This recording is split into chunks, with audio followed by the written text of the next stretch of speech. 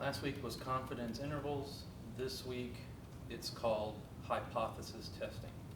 I'm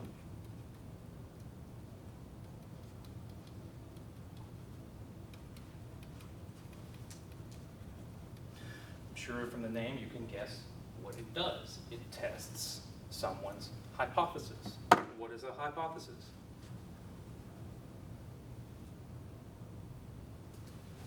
Like a theory? Yes, it Like a theory, a guess, an educated guess, right?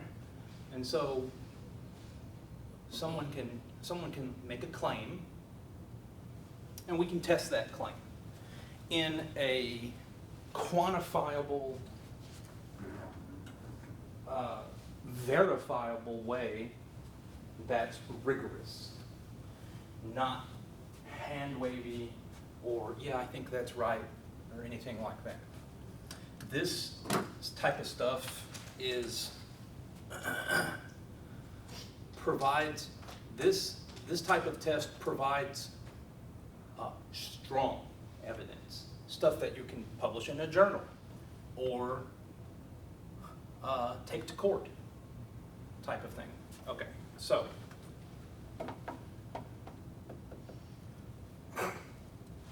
Thank you. So let's see. We had, last week, when we were doing confidence intervals, it was, our answers were looking something like the lower limit was less than mu, was less than the upper limit, right? Okay. And these lower and upper limits were, what is going on here?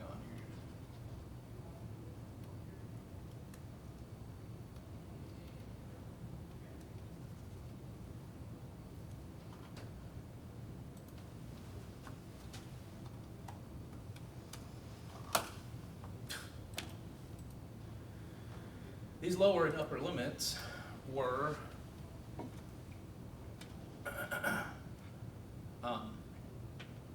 the point estimate. The lower limit was point estimate minus, and the upper limit was the point estimate plus, right? And it was plus or minus the error.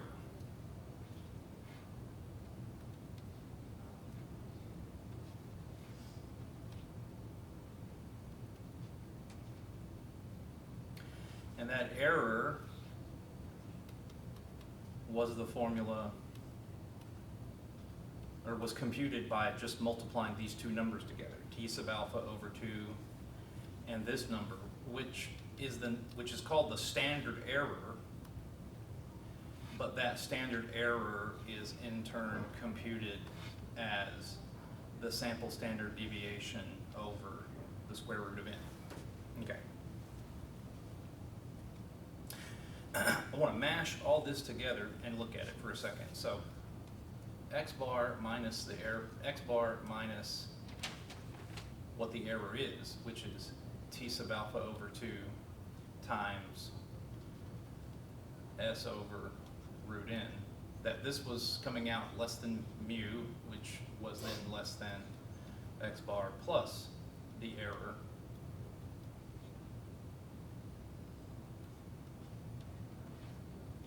And there's mu here in the middle. Okay, so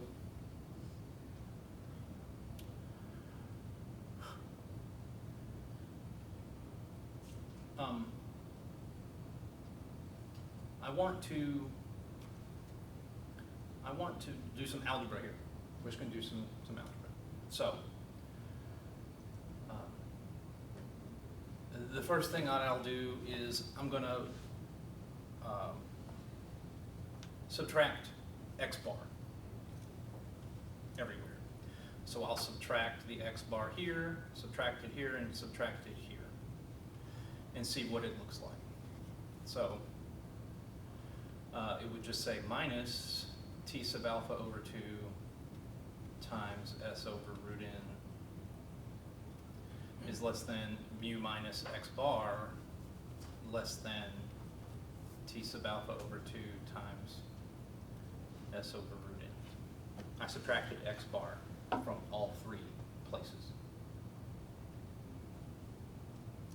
And now here in the middle is the difference between the population mean and the sample mean. Okay. And now I just want to, this s over root n, that's a single number.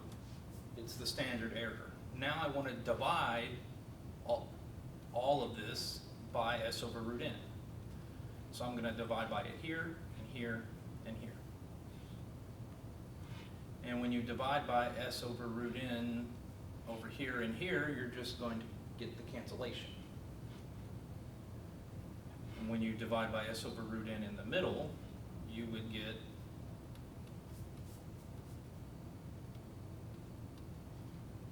this. And it looks like that is less than t sub alpha over 2. Or, yeah, but it's greater than a minus t sub alpha over 2.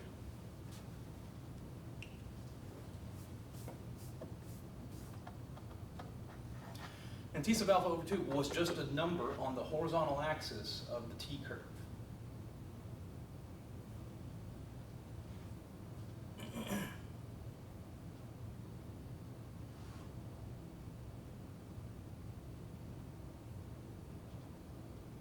And it's saying that it's coming out in between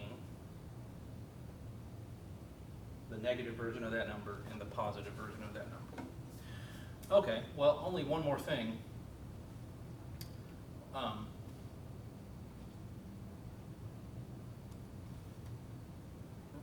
So if I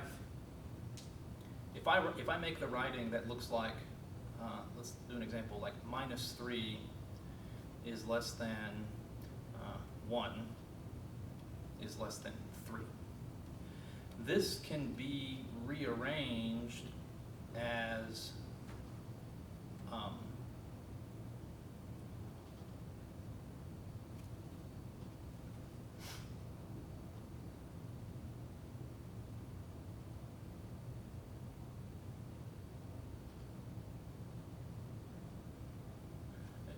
I'll use -1 as the example here. It can be rearranged as the absolute value of that thing in the middle is coming out to be less than 3.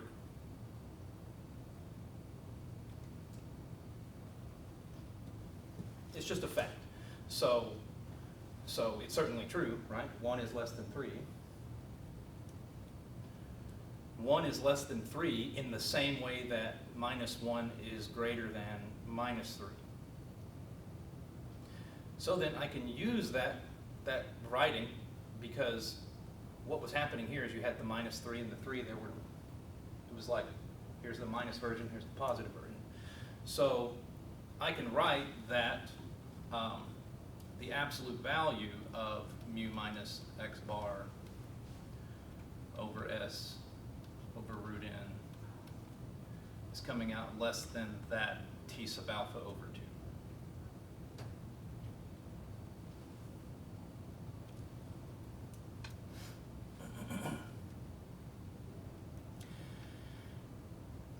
You'll see why this is all important. So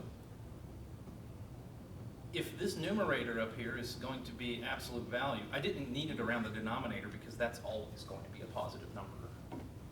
Standard deviation is always non-negative. Square root of n, always non-negative. So the denominator is always positive. It's not going to do anything to have it there. But that numerator can sometimes be negative, right? It would be negative if x bar was bigger than mu. Like 5 minus 6 is negative. But even if I got a negative number for mu minus x bar, if I take its absolute value, it would be the same number as x bar minus mu. It's just the fact that 5 minus 6 absolute value is the same quantity as 6 minus 5 absolute value. Same thing. So, to follow tradition, instead of having mu minus x bar, we will say x bar minus mu.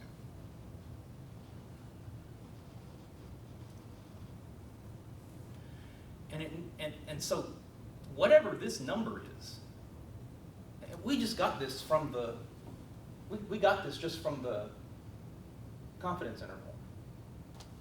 And whatever this number is, that confidence interval is somehow related by this number and being less than the t sub alpha over 2. And the t sub alpha over 2 came exclusively from, well, it came from both how many things were in your sample, because you have to calculate df, and how confident you want it to be, right? And if we wanted to be more and more confident,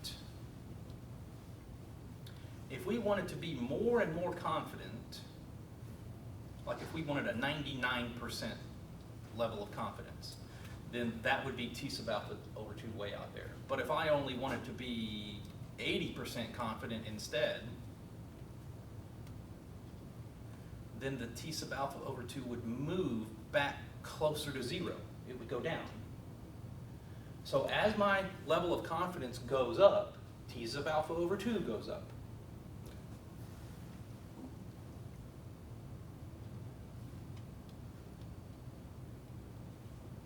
So as my confidence goes up, t sub alpha over 2 increases.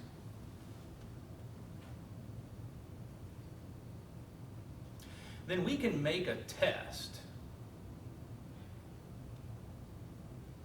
that uses this fact, uses this idea. Because if we're going to compare these two numbers, t sub alpha over 2 is a number, and we are just comparing it to this,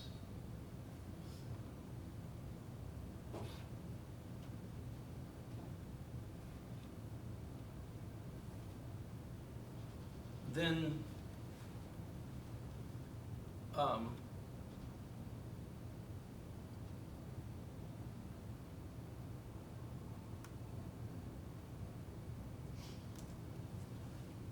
this value is going to play some kind of role in determining the validity of this statement.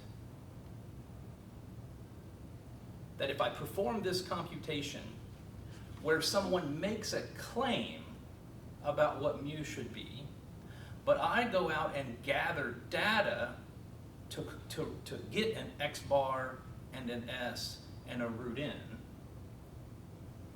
then I'm in a way incorporating their claim along with my research to compute a number that I'm going to compare against a t sub alpha over 2, and t sub alpha over 2 is just a measurement of how confident you wish to be. All right, so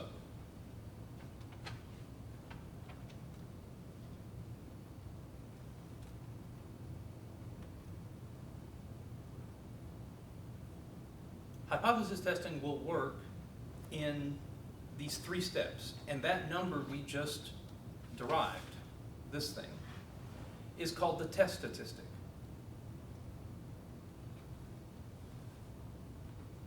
The test statistic is defined as x bar minus mu over the standard error.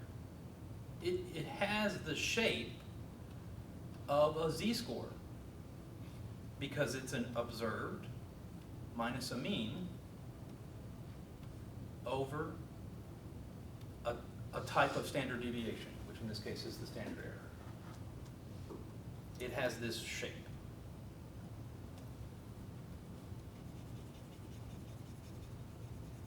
So it makes perfect sense to us that such a number, since it has the shape of a z-score, would belong on the horizontal axis of a curve that's like the z-curve. But in this case, it's a t value, because it's on the t curve.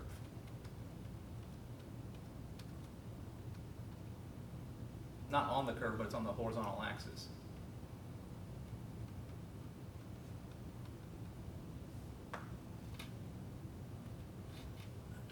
So we will need this number.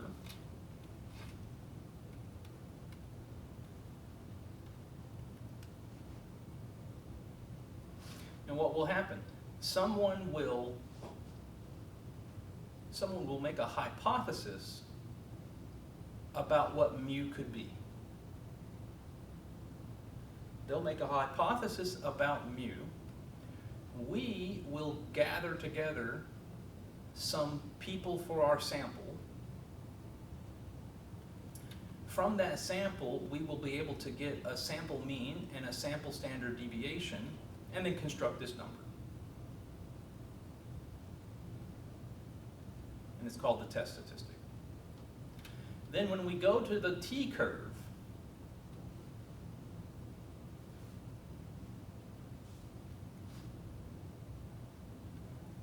let's say that our test statistic was coming out right there. That the test statistic was this number.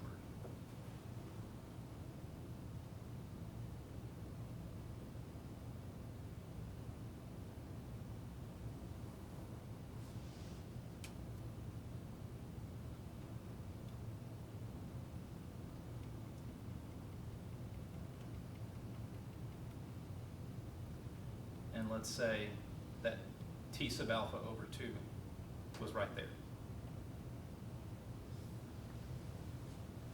Okay?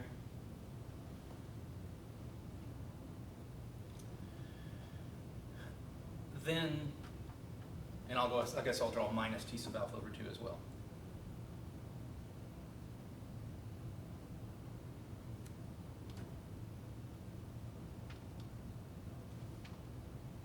So I have minus T sub alpha over 2 and T sub alpha over 2. And what did we need? What did we need earlier? We needed, I'll look at this form. It's easier to look at.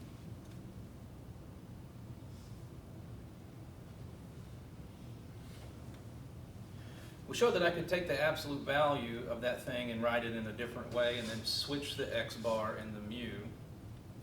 So, and if I did that, I can always just unwind it again, and I would be left with x bar minus mu. So then let's look at this thing in the box.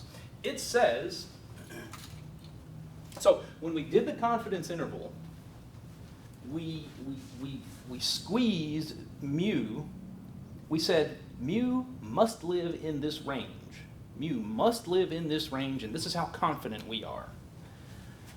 Taking that mu that we were confident lived in that range, we did some algebra, and it produced this. So if mu is, if the number that someone claims is mu, if they are correct, then this should be satisfied. If their claim about mu is correct, then this should be satisfied. This number should come out in between minus T sub alpha over 2 and T sub alpha over 2.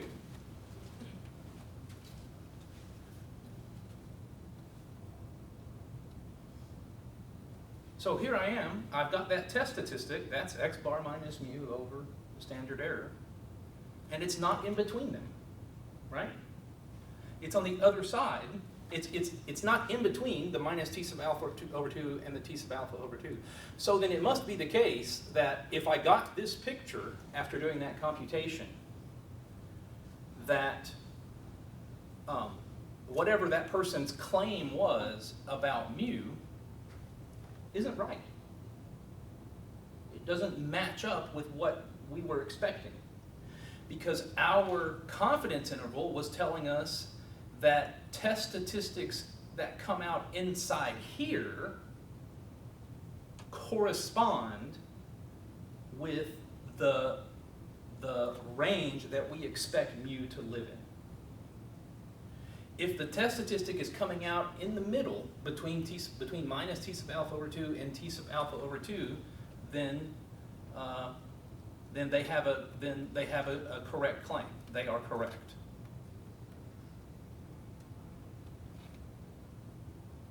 I'll say mu is good. They had a good claim, a nearly correct claim about mu. But if it's in either of the tails, they're not right. Okay. We'll come back to this picture maybe.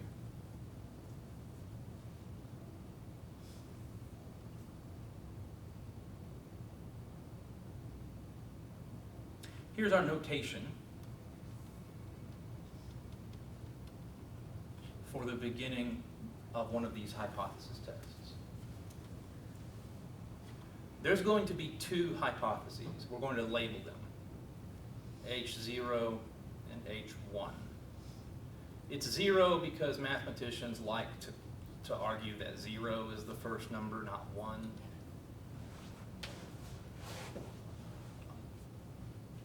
The subscript of 0 is always taken to mean the initial point.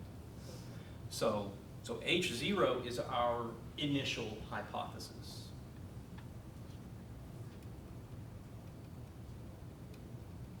And H1 is our alternate hypothesis.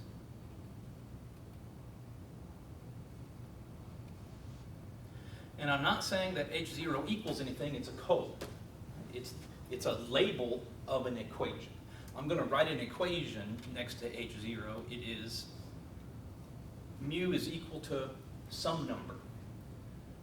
Let's call it, just so that you can not be confused, I'll pick 3 to be that number, okay? It won't always be 3, obviously. Maybe it's not obvious. It could be 0, it could be -10, it could be whatever. It could be my guess, here we'll do it like this. It's my guess at what the average blood pressure, systolic pressure should be, okay? Right? That's my claim. My claim is that average systolic blood pressure should be 120. But you wonder if it isn't supposed to be just a little bit higher, like 125 or something. So then, as an alternate to the initial hypothesis, which has this equal symbol, we might think, well, maybe this is greater than 120, because you did some research, you gathered together a bunch of people, and you checked all their blood pressures and found out that it had a X bar that was, 125. It had some kind of standard deviation.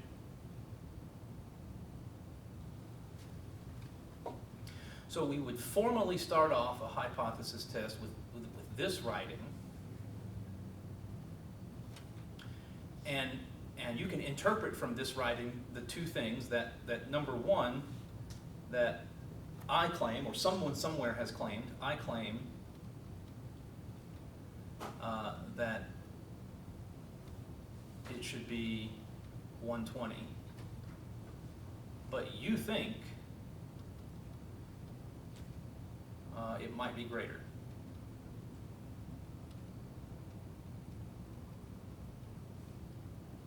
Either you think or someone thinks, whatever. Alice thinks it should be 120, but Bob thinks it should be greater than 120. Okay.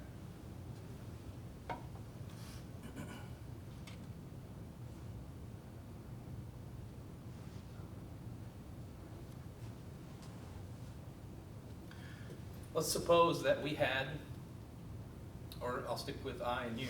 So you had gathered together 100 folks and measured everyone's blood pressure. You found the sample mean to be 125, let's say. And your sample standard deviation was 15.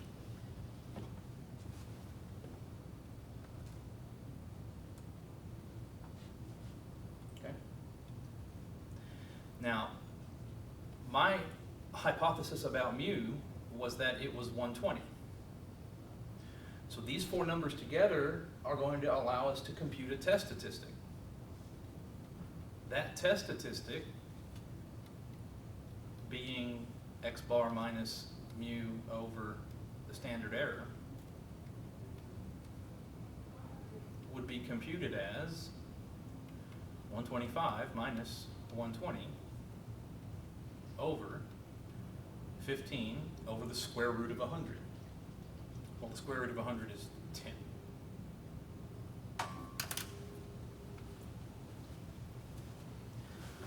let's get our test statistic.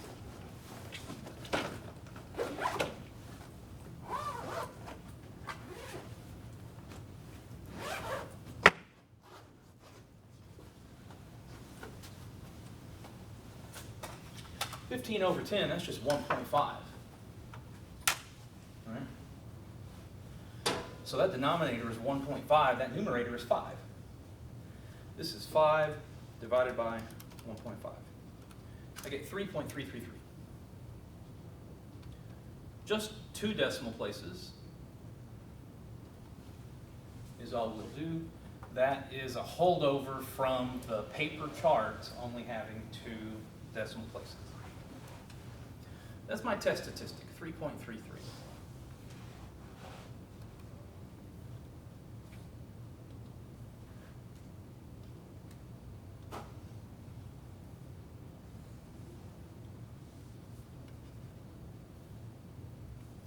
This is my t-curve. There's 0.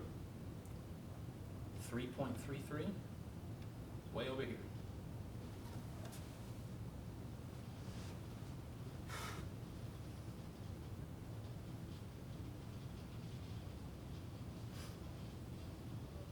Now, we never stipulated how confident we want to be in our results of this test. If t sub alpha over 2 is coming out on this side, then I'm wrong. If t is coming out over here on this side, then I'm right.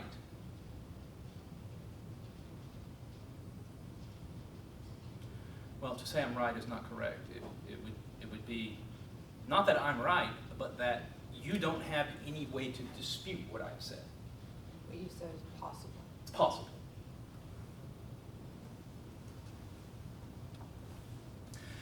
And the modern way that people will do this is through a computation of these areas in the tables. So there's going to be some t sub alpha over 2. Let's say it's right here.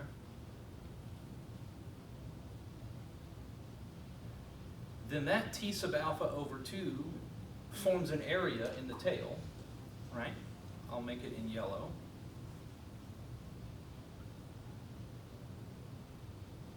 That t sub alpha over 2 yields an area in the tail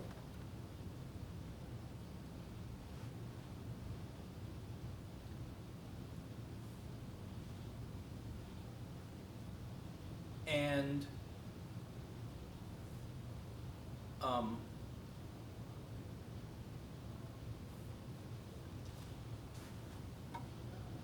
well, I want to use alpha over 2, so I need to back up here. I need to change this from you might think you think it might be greater to just you think it might be different.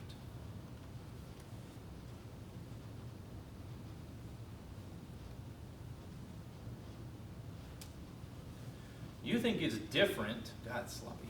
You think it's different from 120.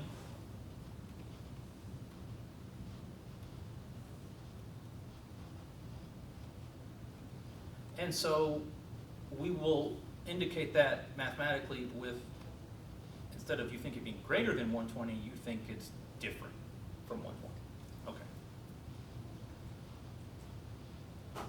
So you think it's different from 120. This is what your study yielded, and then here we are. So I've got my t sub alpha over 2, and then I would also have minus t sub alpha over 2, and there's the area in the tails. Now my test statistic, I'll do it in blue so it stands out.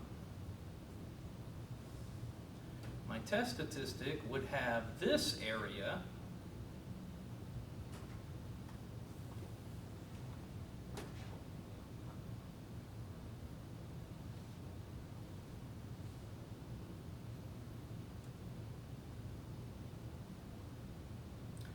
and similar to the way I have considered not just the area past T sub alpha over 2, but also the mirror image on the other side, then I should incorporate this area over here as well. So that way I can say it's the area in the tails with a plural. So here's minus 3.33. And do you see how the blue area is smaller than the red area? The blue area being smaller than I said red, I meant yellow. The blue area smaller than the yellow area is the exact same thing as having your test statistic be outside of the T sub alpha over 2's.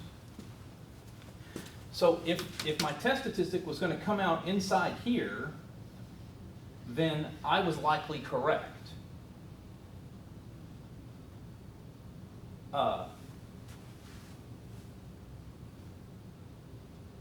Yeah, this is where the plausible mu's live.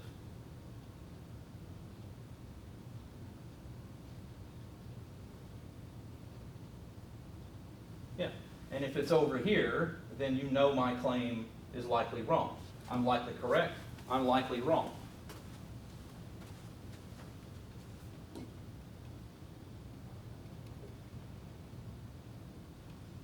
I'm likely correct if it's in here,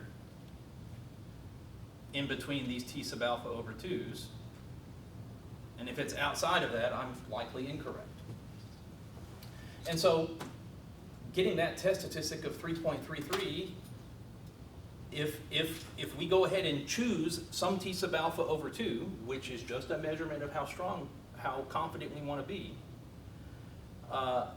we'll choose some T sub alpha over 2, and if this was the scenario that resulted, then I'm probably wrong.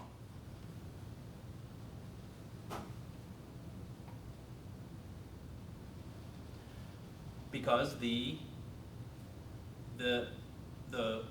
place where the valid choices for mu could live resulted in the test statistic coming out between the T sub alpha over 2's.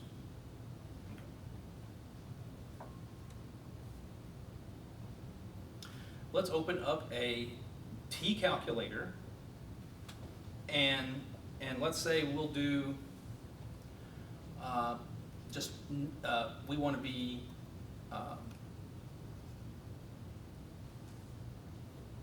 95% confident, right? So that way it's kind of like what we did last week. Last week you wanted to be some amount of level of confidence in your hypothesis test. So what was T sub alpha over 2 for 95% confidence, and the DF would be 100 minus 1, so that's 99.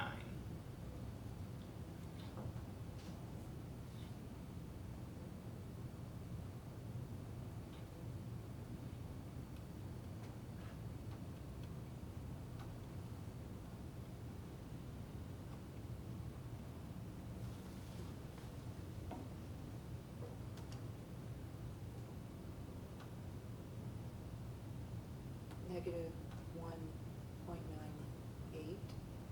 So we just want to look at the positive version. So 1.98? 4.2 if you want. 1.98 though? Yeah. Okay. So that's 1.98. This one was minus 1.98. Then if we conduct this test, you go and do your research, I make my claim, you say, I want to be 95% confident in my assertion whether or not Mark is right. And the test statistic you get is 3.33. That's way past 1.98. So then you could safely conclude with this amount of confidence, you could stand up in the crowd and say, you know what, you're wrong. It's not 120. My research shows that it's different from 120. My research shows that it's different from 120 because that was what the alternate hypothesis was. You have taken my claim and discredited it. You've thrown it in the garbage. The only way you wouldn't, the only way that you could say, well, I can't throw it in the garbage, I must throw away my alternate, the only way that could have happened is if we raise this level of confidence so high that the T sub alpha over 2 is bigger than 3.33.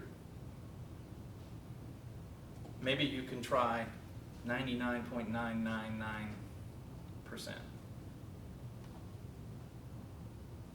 What do you get? 4.65. 4.65.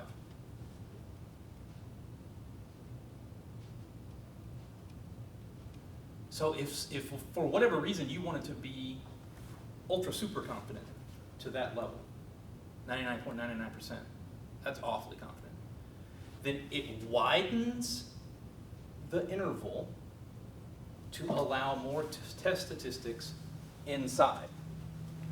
So in a very wide interval, with T sub alpha over 2 being 4.65, it would be on the other side of the test statistic, and then suddenly my test statistic would be in the acceptable range where the plausible choices for the population mean live.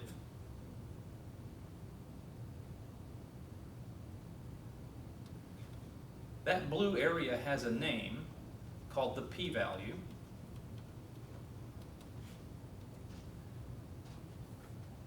The p-value will just be the area in the tails past the test statistic.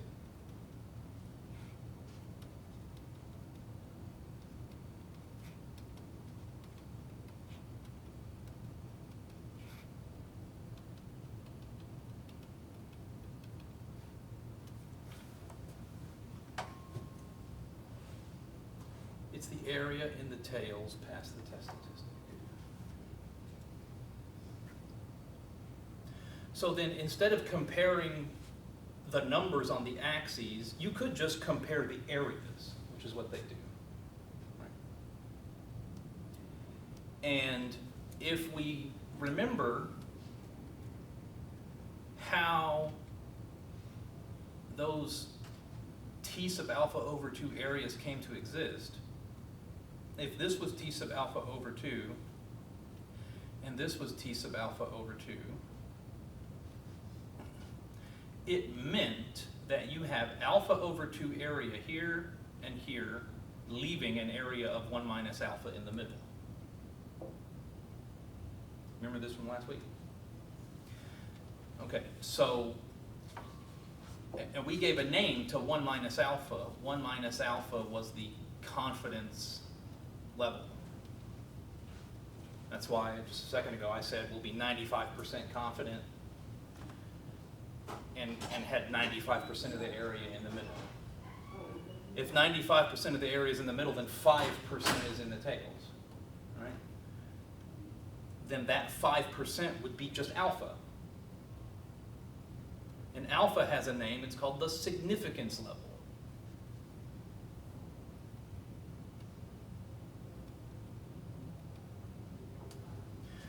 So last week we did all of our computations based on the confidence level, but now the language will change to be in terms of the significance level. It really doesn't matter because it all results in the same number for alpha.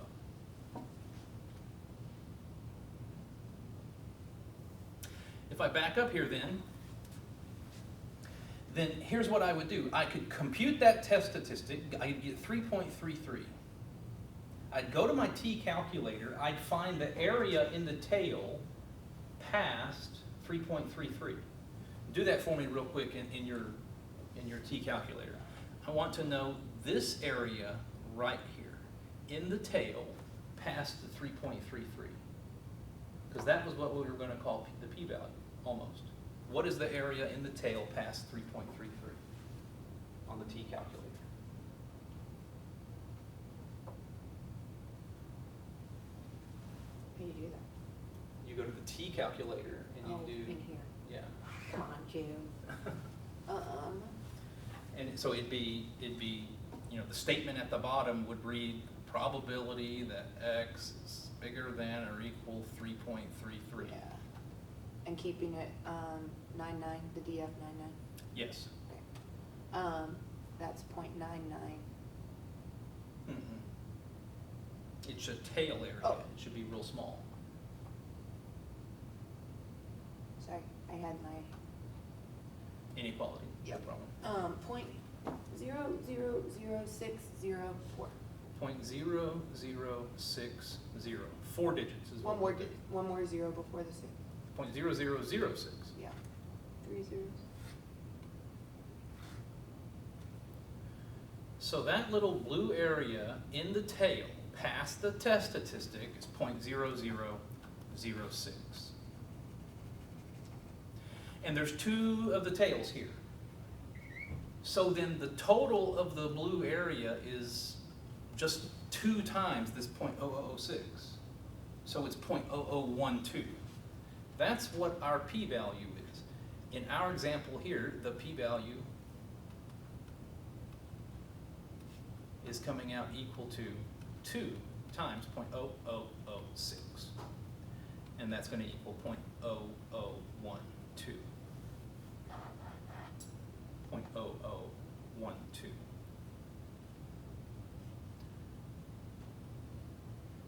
And I'm comparing that to that yellow area.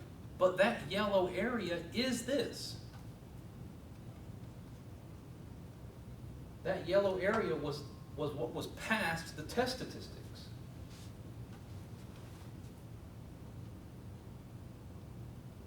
Right?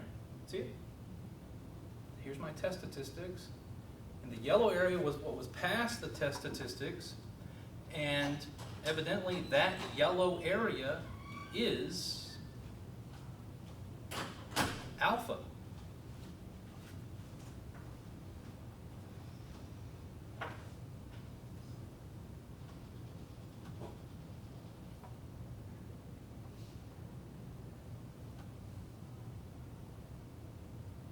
Here's the picture where they're overlaid on top of each other. You can see that the p-value is smaller than alpha. Because the p-value is the blue area and alpha is the yellow area. And the p-value is smaller than alpha. And that told us that I'm probably incorrect about my claim. I'm probably incorrect about my claim, and that you haven't proven yourself correct, but it's just that you have some evidence now to justify how I'm probably not correct.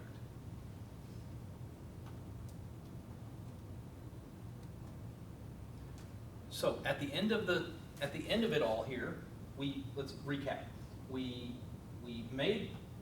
Somebody made an initial hypothesis. You did some research, formed an alternate hypothesis, computed a test statistic. That test statistic yielded a p-value. That p-value in turn is compared to alpha. And you can then determine who's right.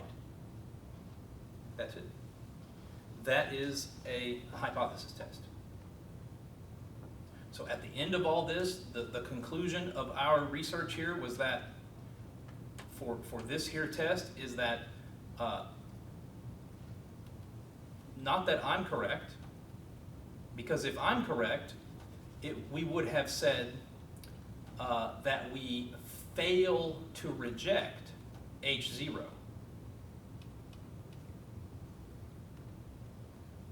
What did we do instead? We rejected H0. We said, this claim is garbage. That claim is garbage.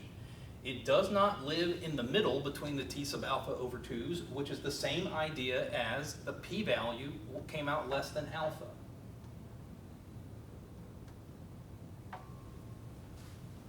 This p-value also has another valuable interpretation. I'll put an asterisk here because this is valuable. The p-value is the probability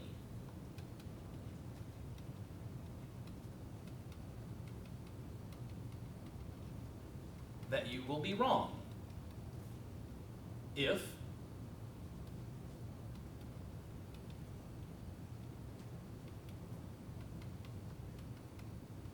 you reject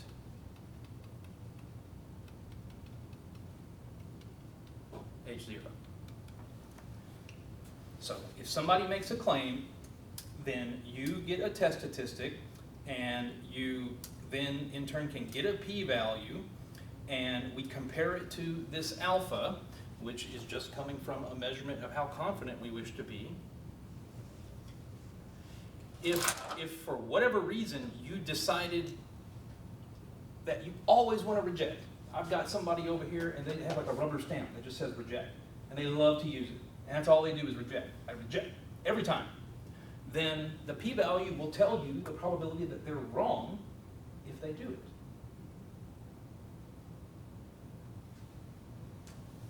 And we don't like to be wrong. Sometimes this stuff matters, right? My stupid claim about the blood pressure being 120 is not that important, but if I'm testing the efficacy of a new drug and I want to make sure it's not going to kill anybody, I probably want to be pretty confident. So consequently, in that kind of test, I would want a p-value that's really tiny, wouldn't I? Because if the p-value is the probability of being wrong, then we want us of being wrong if we choose to reject. Then we would like a small probability of being wrong. Like you gotta think that when we looked at how these hypotheses tests were set up, there's two claims. There's this one made by someone else, and this one here, we'll never be able to prove either one of them correct.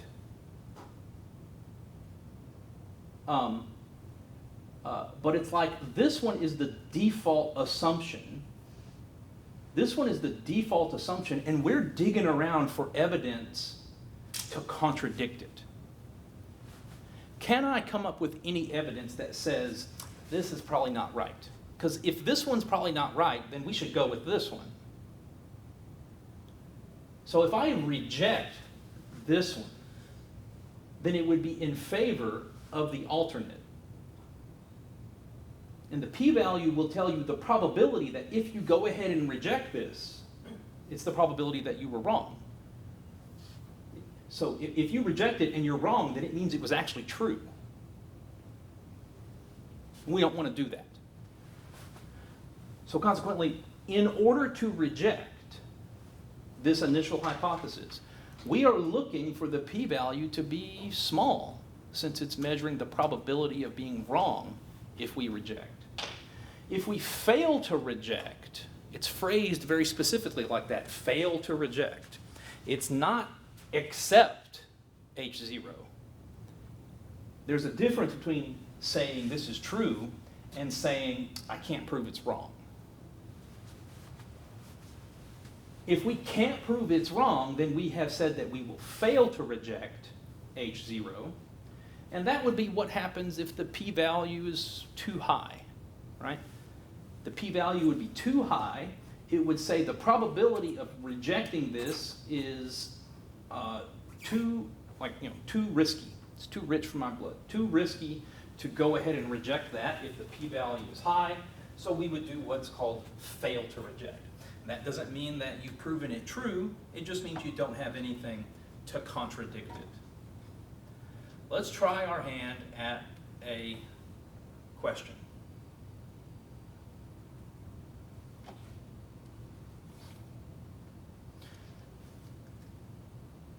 The hardest part of all of these questions, so you'll do the beginning, you'll set it up correctly.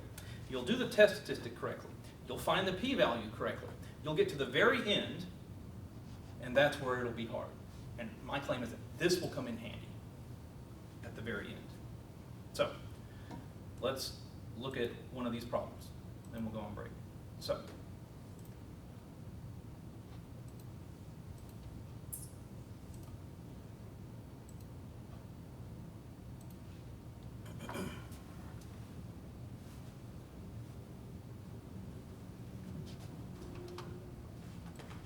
I want to go down to number 6.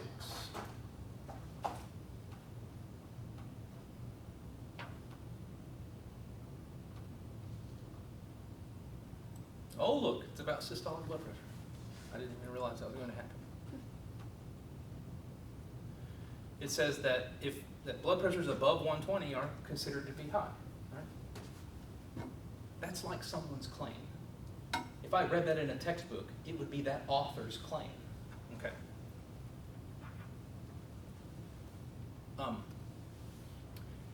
And we even got 100 people in our sample here. Okay. So you collected 100 people for your sample and found that the mean was 124.4 with a standard. These numbers are even close to what I just did. 124.4 and 15 point all of this. This number right here is S. This is X bar. And N is 100. And they are asking us at this level of significance. So this is that number alpha. Alpha was that area, that yellow area that was in the tails. And they want us to test the claim that the sample is from a population with a mean that's greater than 120. So my initial and alternative hypothesis will look like this. The initial hypothesis is that the mean is 120. The initial hypothesis always has the equal symbol. The alternate in this case is that it comes from a population greater than 120. So my alternate here would be mu greater than 120. So this is at least one place where this test will differ significantly from the example we looked at first, because I don't have the not equals to symbol here, I just have the greater than symbol. This is called a one-tailed test. When we were looking at t sub alpha over 2 and minus t sub alpha over 2, it formed two tails. That's a two-tailed test. And when I did that two-tailed test, I was using a not equals to symbol, right? Okay. So in the previous example, it was like, well, let's. You think it's different from 120. Here, we think it's greater than 120. This will be a one-tailed test. Our test statistic would be computed as the sample mean, 124.4, minus the mu, which is 120, over S over root n, which is 15.81458 over the square root of 100. I'll use a regular calculator to get that number. That is 4.4 divided by 1.58145.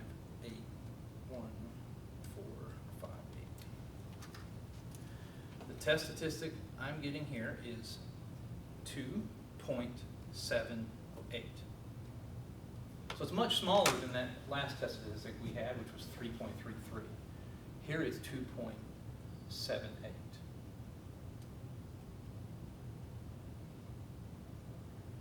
There's a corresponding p-value associated with that test statistic. I will open up StatCrunch and get my T calculator.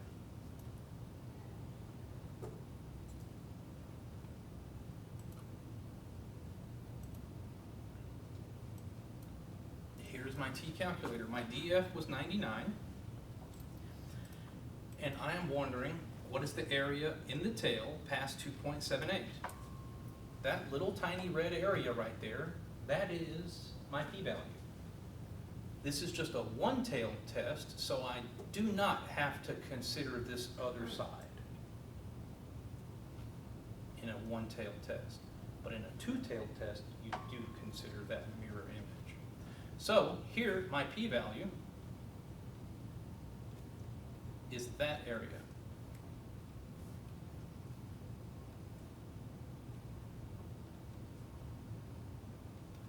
My p-value is this number.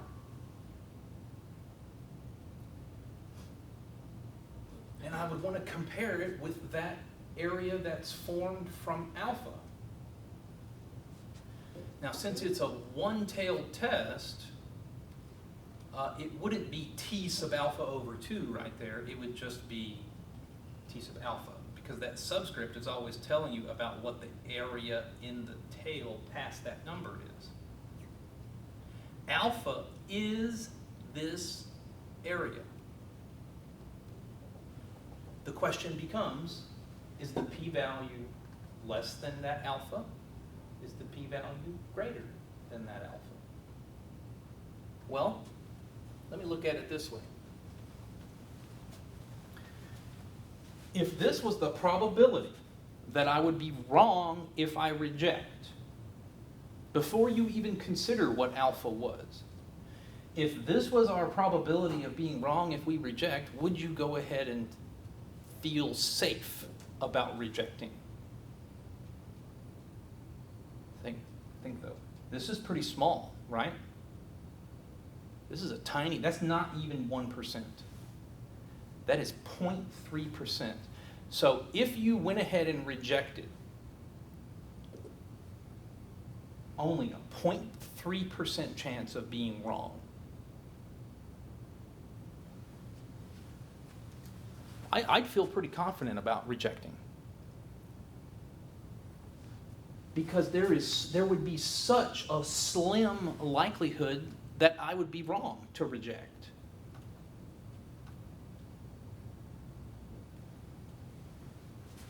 Alpha sets the limit on the amount of risk you can take if you choose to reject. And what have they said here? They have said alpha is 10%. They've capped our risk level at 10%. They said, feel free to reject if you want, but there better not be more than a 10% chance of you being wrong. That's what this number is doing. This 10% is that area. And our p-value, coming from our test statistic, is only this much area. It's a 0.3%.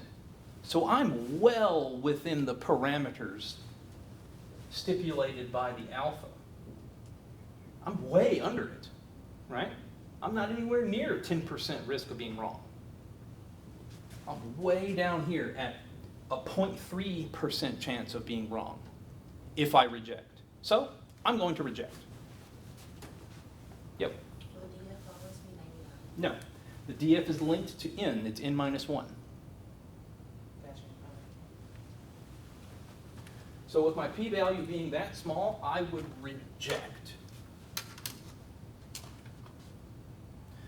All right, let's put some of these answers in here.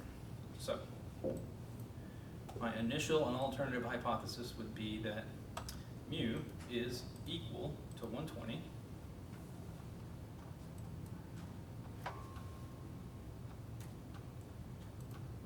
Or that mu is greater than 120. We got a test statistic of 2.78.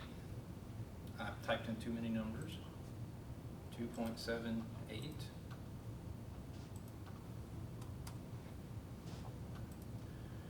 We got a p-value of 0.003 something or another. They just want it to 3 decimal places, so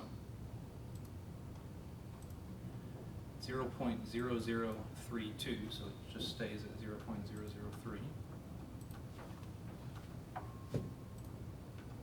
And now I've arrived at the end of the problem, where the confusion starts to happen.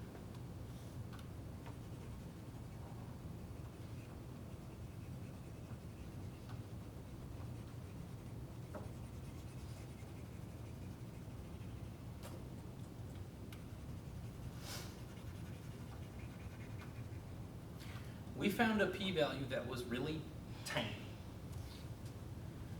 The p-value is the probability that we would be wrong if we reject.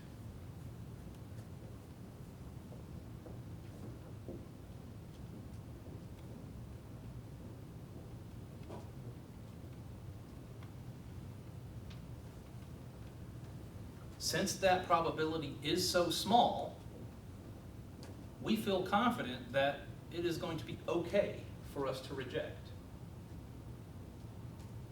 If we want to feel even better, we can go up here and see what our limitation on that probability is. And they have said, do not reject.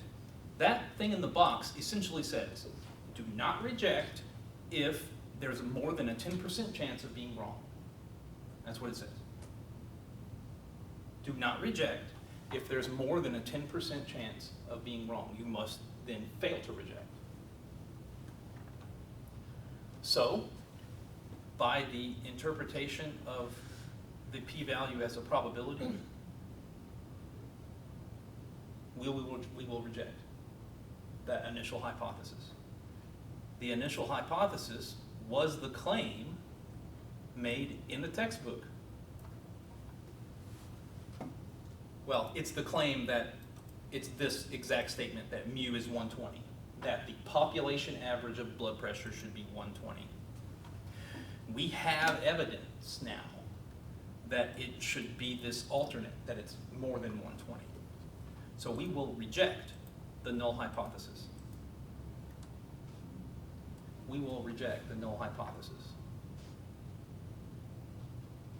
We have evidence. We have the evidence that it's more than 120.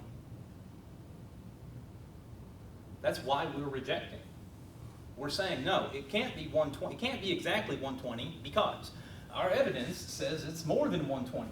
My p-value is small. My p-value is small. Me rejecting the claim that it's equal to 120 is perfectly fine to do. I feel totally confident in making that rejection. I'd stand up in a crowd and say, you know what, that's not right. Here, look at my evidence. Look at my evidence. My evidence says it's more than 120. So there is sufficient evidence that support the claim that it comes from a population greater than 120.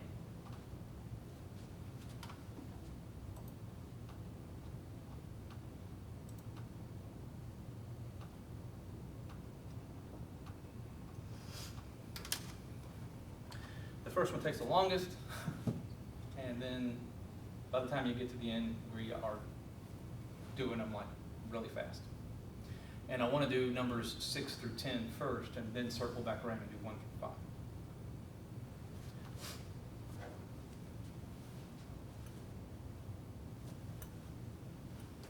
5. All right, let's take 10.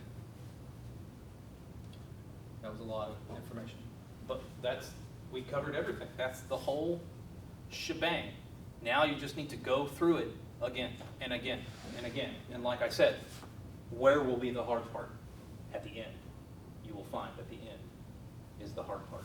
That everything else is doable. Where maybe the only mistake that happens is calculator error. I did mine wrong. Which one? Around what? My last sentence. Okay. What's your p-value? 0.165. 0.165. That's a 16% chance of being wrong. Is that 16% chance of being wrong? If you were going to crash your car on the way home and there was 16% chance that happened to you, would you drive or take the bus? Or even that's a hefty percentage. I would not drive. Yeah, you would probably not drive. Too risky to do it. So in the same token, 16% chance, a 16% chance of being wrong if you reject is too much risk. The likelihood that you would be incorrect with your rejection is pretty heavy. Right. So you're probably going to want to fail to reject. I did. I failed. And if you fail to reject, you don't have evidence to support the alternate. We only have evidence to support the alternate if I'm rejecting. If I fail to reject, I do not have sufficient evidence to support the alternate hypothesis. I got it wrong on the end. So, I failed to reject.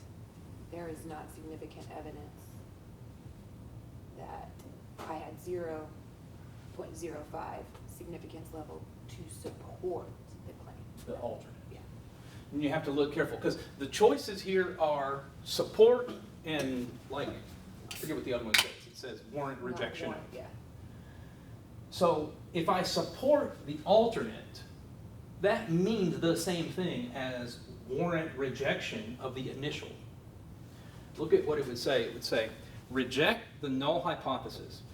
There is sufficient evidence to warrant rejection of the null hypothesis.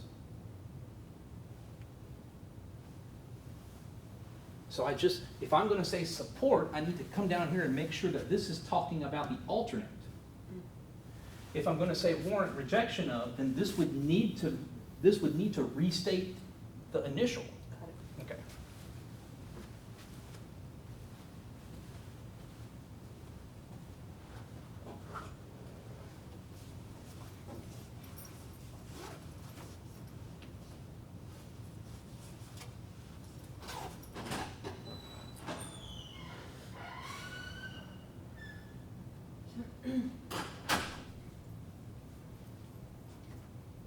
I hate math. I do too. I feel like sometimes he explains it in a more complicated. More And complicated. I'm like, I feel like what you're saying, and then I'm like, well, maybe he's doing it because it's gonna lead to something, and Yeah. it doesn't. And I'm just like trying to figure it out, and I'm like, you know what, there's gotta be something online that can help me, right? Yeah. Oh, man.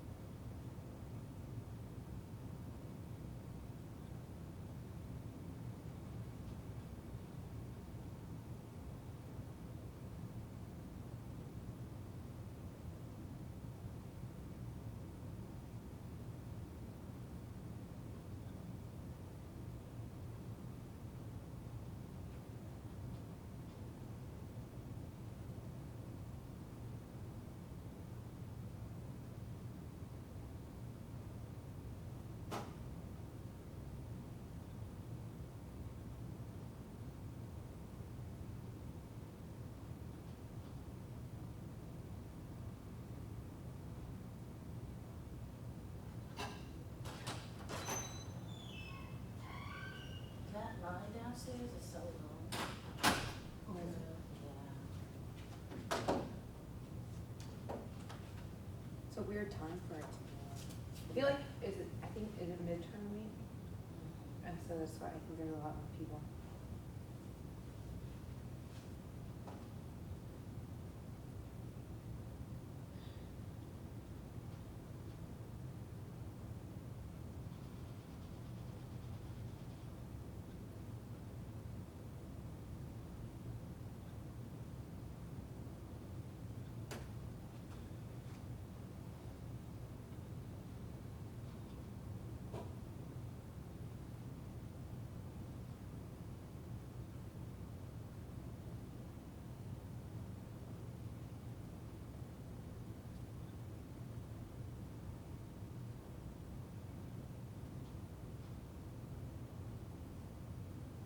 When did you say you start court? Nursing I court? think June. Yeah, really, And I think Alexis said that too. yeah. I don't know how though, because she sounded like she had a lot of classes, like prereqs to take, but I don't know if she's. Yeah, cause I started last year, like January of last year, and I had to do like all my Yeah. prereqs. I started in April, but I only had to do the sciences Mm-hmm. and this and critical thinking. Oh, okay. Yeah, cause I have, that yeah, I think it's called critical thinking. Cultural pluralism, I don't know what that is, I have that, and then pathophysiology. Yeah. I don't know, I can't help you with cultural pluralism, something I've transferred. heard that it's like super easy. Yeah, I think it's the Yeah. humanities, something, they count as something to transfer. Mhm. Which patho are you taking? Like with who? Beville, I think at the morning. On Wednesday or? Tuesday. Nope, I'm on Wednesday. Really? That wasn't even an option, there was only Tuesday options for me and at different times. Hmm. Yeah, it was like 9 to 12:30 and then like 1 to 5. Yeah, mine is like 11 to 1:30 or something. That's my prime. I joke with people all the time. I'm like, I'm not a morning person. I'm not a night person. Right. I'm like 11 to 1 o'clock. Middle-ish, yeah. I'm not a morning person either, but I'm only gonna be taking that class like in person, Mhm. so let me just do it. Yeah, because critical thinking's online only. I think we're the only options. Yeah. And then the cultural one is online too. Yeah. So I've heard that it's really hard, but we'll see. Patho? Yeah. But it makes sense. Like it is a huge foundation to understand. Everything else. Yeah. Yeah. For nursing. I am hoping that it is like the beginning of microbiology where I felt like it was just memorization of like the cell wall and the cell Mhm. structure. And now I'm at the point where it's more applicable. I feel like patho is more applicable. Okay, You okay. know, like it's gonna Get it explain better. like, if you have high blood pressure, here's what's happening. and everything like okay, that. okay. So I think that's gonna It's more make into it, detail. yeah, make it easier for me to, like the way I learn. Mm-hmm. I think it'll make it better, but I don't know. Yeah. I don't know. I did look at Rate My Professor, and Belleville had good and bad Yeah. reviews. Oh, really? Yeah. I've heard nothing but good. There were a couple bad ones, but then when I read like what they actually wrote, Mhm. I felt like they didn't put the effort in. It felt like Okay, okay. all the review, like multiple ones on Rate My Professor said, do not skip class, go to class. Like Right. every single one of them was like, that is the #1 key to success. Mhm. And so then when I read that other one, that like the 1-star, Oh, they had okay. skipped class or thought they would. Gotcha. Yeah. Fell behind a little bit. Yeah. Cause I think I missed like class for this, like I think like 2 or 3 times. And I was just like, ah. And then I was falling behind. But now I'm good. I caught up. I was Oh, like, he told us out there in the hall before he got here, Mhm. 'cause we had to wait for the class before us to finish a test. Okay. But he said, when you first go into my lab and you Mhm. go to assignments, that main page has been changed to before you couldn't retake anything, and now you can. Oh, yeah, cause I did that, So the quizzes, before you couldn't retake the quiz, like you could do your The homework, homework, but okay. your quiz you couldn't retake, Couldn't and retake. you can now. You have one of 3 chances to retake Oh, it. wow. Yeah, and so he didn't say go retake it, Uh-huh. but he's like, it's not there's an grayed out option. anymore. Right, like- because I took the quiz that we had due like this past week. I took it and absolutely failed it. And then I like cried about it. Then I went back on there and then it said that I could retake it. And then I was like, is this like, so then I said, I'm not gonna click start yet. Yeah. I'm gonna like look over it. And then I looked at his videos that he posts. Mhm. Then I took it again and then I passed it. Yeah. The I was like, yeah. the midterm one, I was so mad. I went back and looked at what I had missed, and one of them was just a typo, and I was like, son of a Really? gun! And then the other one, I looked at the wrong side of the It'll be tail like or little whatever, small things. and I was like, God. Yeah. You know, like when it's those stupid errors like Mhm. that, just make me so angry at myself. Right. But I'm excited to be able to retake them. But going all the way back, I think I did well on 1 and 2, and then Mhm. midterm 1. Going all the way back is going to be hard to remember. Remember that, yeah.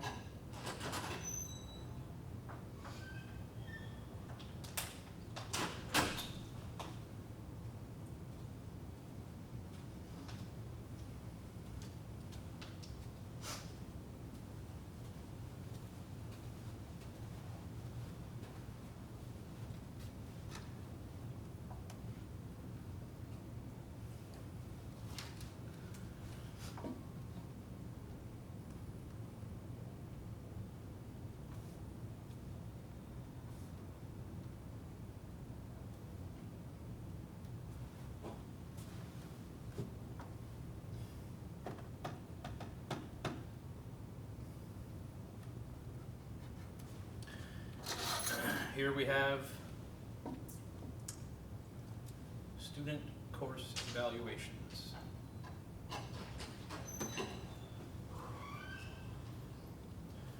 So presumably, there's a whole bunch of student course evaluations, far too many to determine what the population means.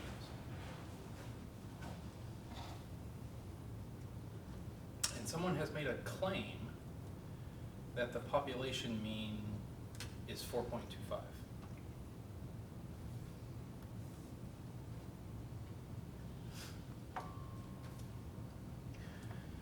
They've made the claim that the mean is 4.25, and they've asked us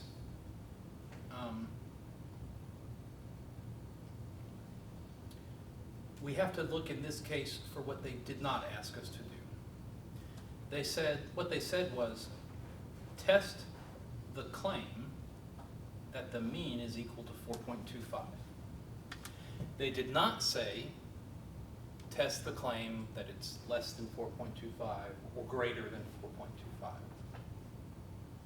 And when that happens, what their intention is that you are to test the claim whether or not it's equal to 4.25. So this is the one that they want with the not equal symbol. You don't have to do anything else. For part A? Yeah. No, that's it. All right. My good question. This is just part A. Yeah. Yeah, so we still gotta do the rest. Determine the test statistic. The test statistic will be the observed value. So what did we observe in our sample? We observed a 4.09 for the average score that a student gave on the course evaluation. So we observe a 4.09 minus the claim of 4.25. That's the x bar minus mu. And then it's over S over root n, where S is the standard deviation 0.65, and then the n is 84, so down here it's the square root of 84.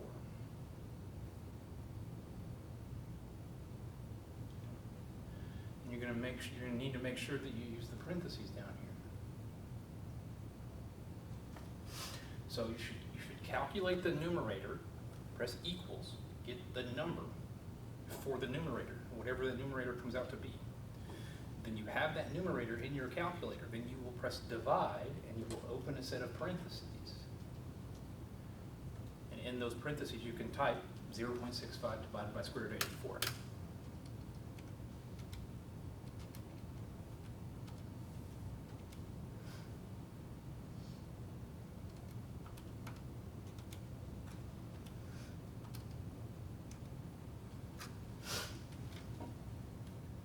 it negative 0.026. So to just 2 decimal places, I get minus 0.03.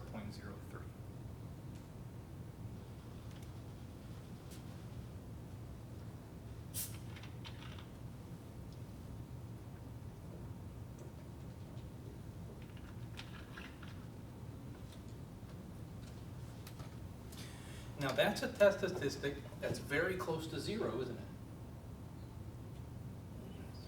Being that it is so close to 0, imagine what the picture looks like in terms of where we started this conversation. If that's 0 right there, right underneath the tall part, then minus 0.03 is super close to that test statistic. Imagine how tight of a range T sub alpha over 2 would have to form for this test statistic to be outside that range. In all likelihood, we will find, or I guarantee, we will find that T sub alpha over 2 is way over here, and that our test statistic is coming out in between the T sub alpha over 2's, which meant that the assumption about mu was completely plausible.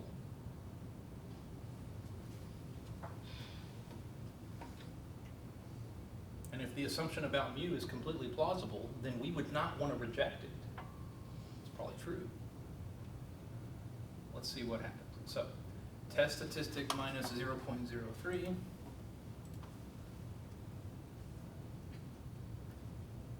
Oh, see what I did wrong here.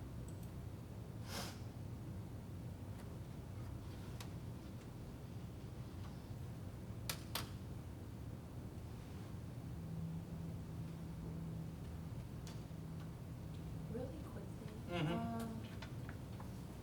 I'm doing something wrong. So I'm trying to put in your numbers into the calculator. I think I'm missing a step because I didn't get the negative 0.03. I got like 2. I got something else. Let's see. So you had the 4.09 minus the 4.25.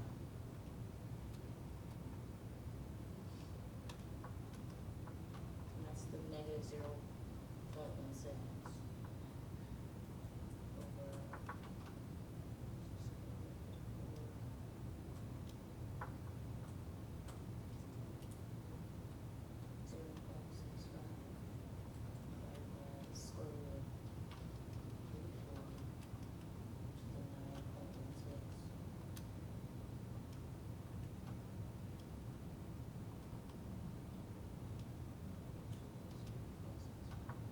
And it's probably, it could be the case that I did it wrong. So I don't know what I did wrong, but this ain't right. It's 2, it's like. It's minus 2.256. Okay. Okay. That's what I got. Yeah, I was like, how did you sorry. get it? Okay. So it's not close to 0. Anyways, it's not close to 0. It's way out there. So we'll have to get our p-value and compare it to alpha. Minus 2.25. Well, minus 2.26.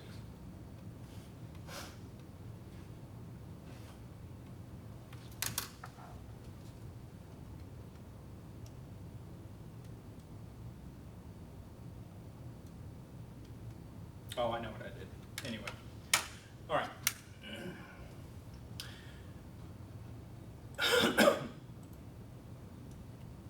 I thought I was being slick and using a little shortcut that you don't know about, but I wasn't reading what I wrote correctly. Minus 2.26. Determine the p-value. So I need my t calculator. I already have it open.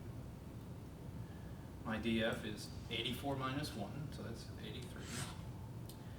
And we're doing, see how the test statistic is negative? And we should have the convention that we want always to look at the area in the tail past the test statistic. So for me to do this is not right, because that's not the tail. Right? I want this. This is the number I'm interested in. Now, if this was a one-tailed test, that area would be the p-value. But this is a two-tailed test, because I'm looking right here at that symbol. It's a not equals. So since this is a two-tailed test, I would want to consider the mirror image of this tail over here on the other side. Well, that just means I have two of these areas. So I'll just take that number and multiply it by 2. That's the p-value.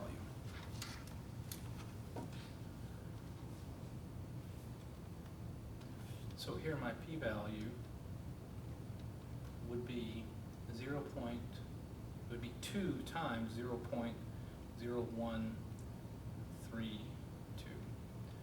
And so I'll get 0.0264, which will just round 3 digits to 0.026.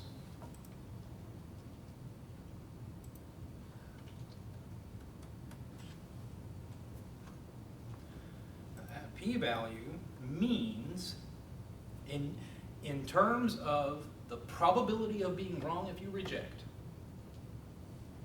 the probability of being wrong if you reject. Remember, the guy has the rubber stamp that says reject. It's the only stamp he has. If we gave this to that guy and said, use your stamp, this is the percentage chance that he'd be wrong. It's a 2.6% chance that he'd be wrong to reject. Well, that's pretty low. But is it low enough? Is it low enough? Being at 2% is one of those that's like, yeah, it's low, but how do I know that it's lower than the risk limitation that was put on me from the outset by the boss? The boss says, take no more than a 5% chance of being wrong. So we'll be okay to go ahead and reject, because we aren't taking 5%, we're only taking 2.6% chance. We're going to reject.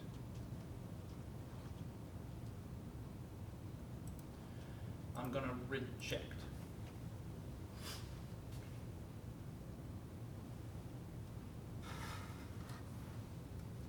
And think with me for a minute. If we are rejecting the initial, then it must be the case that I have evidence to reject that initial. Right? If I reject, I'm only doing so when I do have evidence to reject the initial hypothesis. But rejecting the initial hypothesis is synonymous with supporting the alternate, because it's either going to be we're either going to not reject and kind of keep H0, or we reject H0 and the only other choice is to go with the alternate. So to reject the initial is the same thing as to support the alternate. And if I'm rejecting, I've got to have evidence to do so.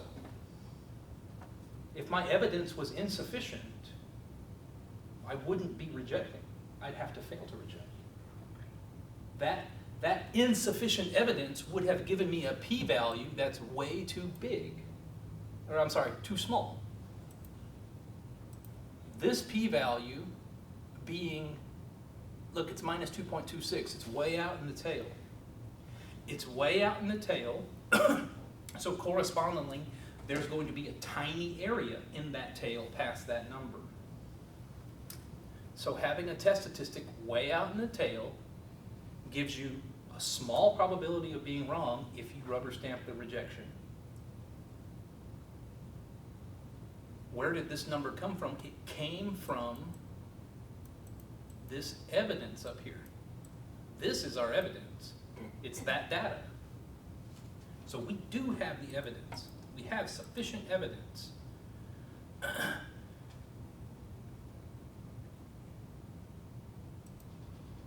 And then we just need to decide if they are saying down here, are they talking about the alternate, or are they talking about the initial? Because we reject H0. If I'm rejecting H0, I must support the alternate. So it's the same thing. I either have the evidence to support the alternate, or I have the evidence to reject H0. They mean the same thing. So it says there is sufficient evidence to conclude that it is equal to 4.25. Being equal to 4.25, that's the initial hypothesis, right? That's what we're rejecting. And we are saying that that is not correct.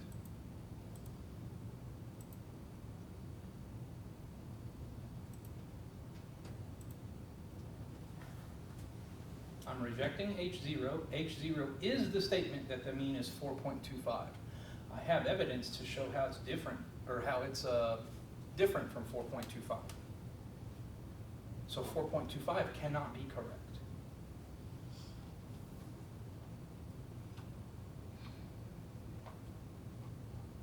Did you finish your problem? Yeah, okay. I did not. Mm-hmm. I did not get. Where is it My messing up? p-value is 0.404, so 40%. 0.04? Yeah. Point Or 0.4? 0.404. Okay. So that's huge. Yeah, it's huge. That's a 40% chance of being wrong Right. if you So reject. I have failed to reject. Okay. And then I have, there is sufficient evidence. No. No, okay. That's where it's at. That's the mess. Okay. So think about it in terms of in a court of law, you would find someone guilty or not guilty.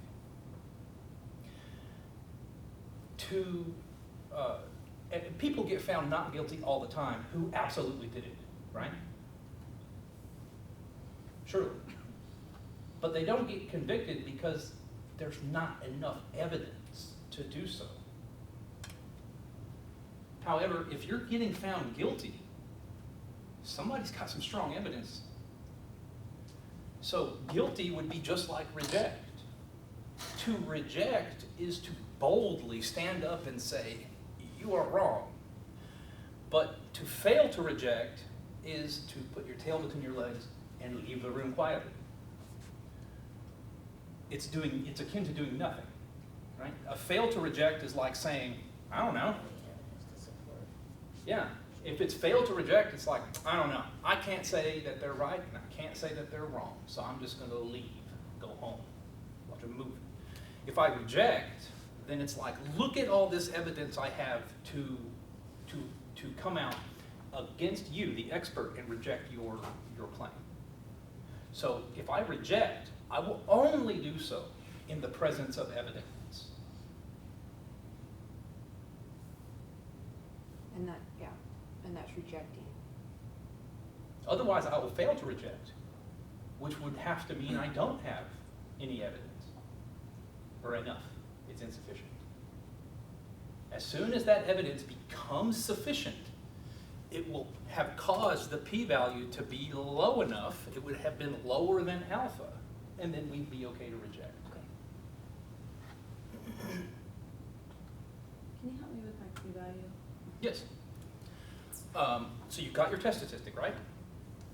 You open your t-calculator.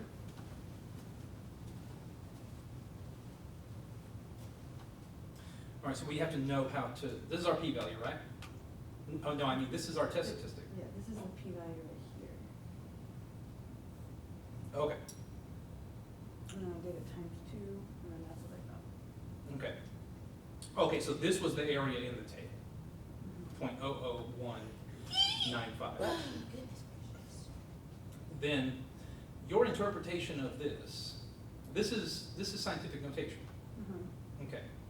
So it is the number 3.8 divided by 1,000. No, if you did that, it's just gonna say this again.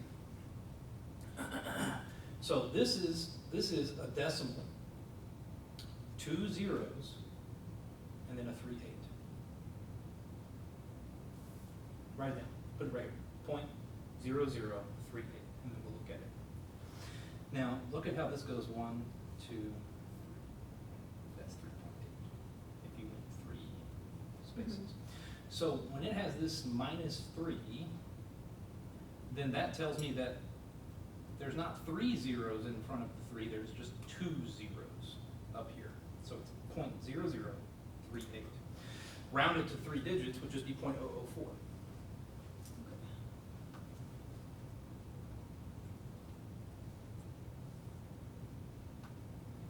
Your interpretation then is that there is not even a 1% chance of being wrong if you reject. There's it's a 0.4% chance of being wrong if you reject. That's safe. That's a safe rejection. Your evidence is strong. Evidence of what? Evidence to reject the initial. Or it means the same thing to support the alternate.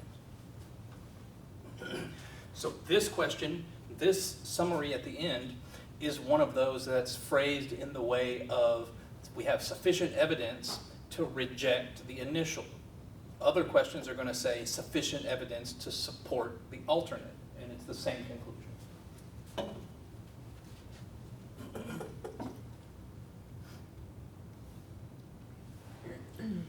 We can make like a little flow chart.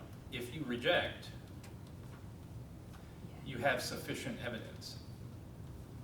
And if you fail to reject, that evidence is insufficient. And it works this way every time.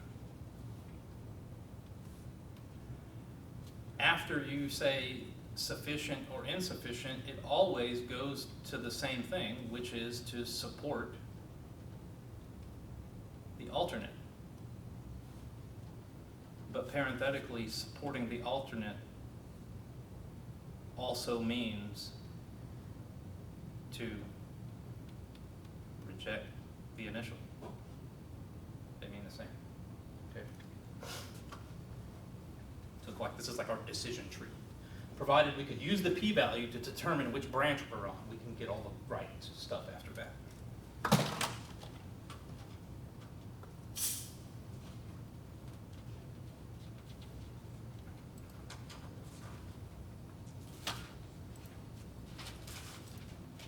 Can you show that flow chart again?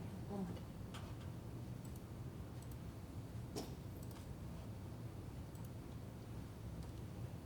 Got it.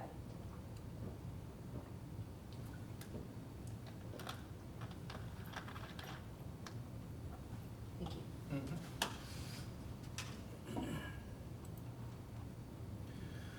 All right. Speed dating. Does that really happen anymore?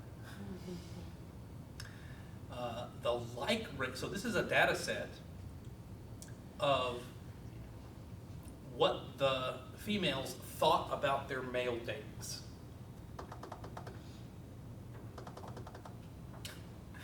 Now they don't tell us what this rating scale is on. Is it on like 1 to 10? In which case they're bombing out here with a 5.8. So for 183 female daters, they had an average rating of 5.88, standard deviation 2.26. So some of them were really unhappy. 10% significance level. So we are allowed to take risk up to 10% to reject. If our p-value comes out under 10%, we are going to reject. And someone has claimed that, you know what, speed dating sucks, and the real population mean is less than 6. That's their claim. So, our initial hypothesis is that it is 6, and then the alternate is that it's less than 6. So look how this is, we're still using the same hypothesis test, even though someone has made a claim, but their claim was not that it is equal to 6, their claim is that it is less than 6.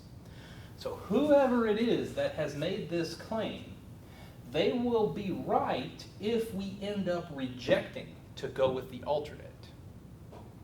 You see how this is like, it's the same type, it's a hypothesis test, just like we just did. But this person, Bob's claim here would be correct about being less than 6 if I end up rejecting H0 in favor of the alternate, because the alternate is the statement that the average is less than 6. All the other mechanics of the test will work exactly the same. It just shows you that someone's claim does not have to be about equality. Someone can come in and say, you know what, I think it's less than 6. So I would set up my hypothesis test like this: equal to 6, less than 6. Okay.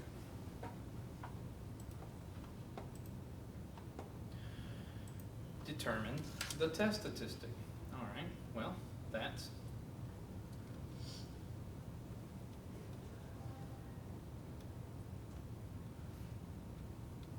5.88 minus 6 over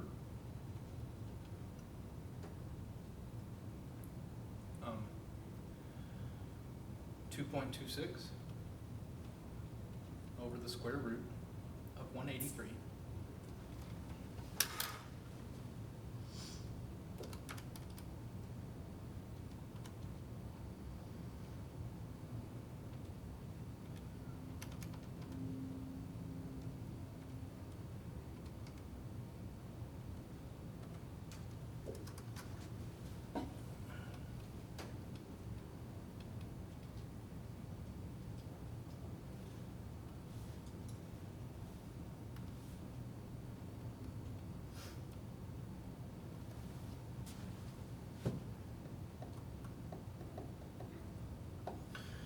Okay, now that test statistic is close to 0, right?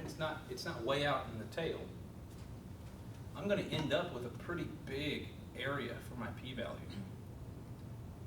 Right? If that's minus 0.72, and right here in the middle was 0, it's more than likely not going to be the case that this minus 0.72 went out past the minus t sub alpha. I am probably going to find that this area here is alpha.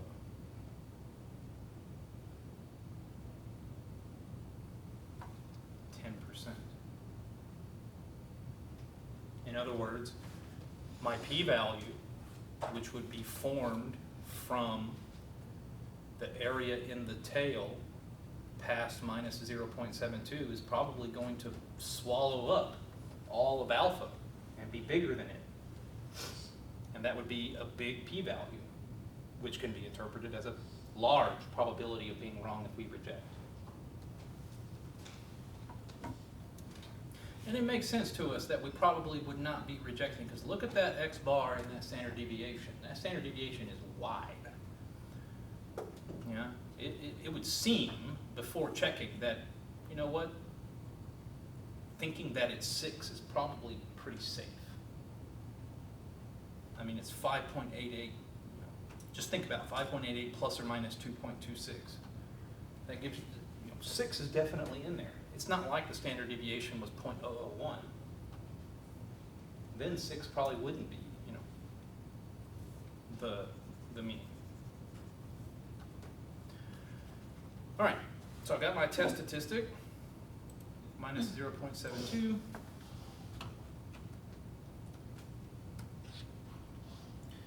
And now I want my p-value, so I get my area in the tail past the test statistic.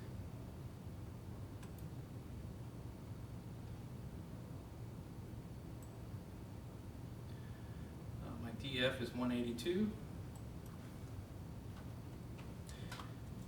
And I want the area to the left of minus 0.72.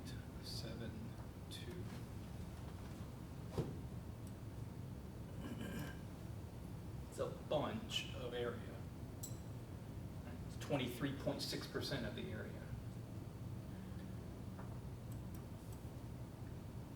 So that red shaded area on my calculator is far more than the alpha of 10% of the area.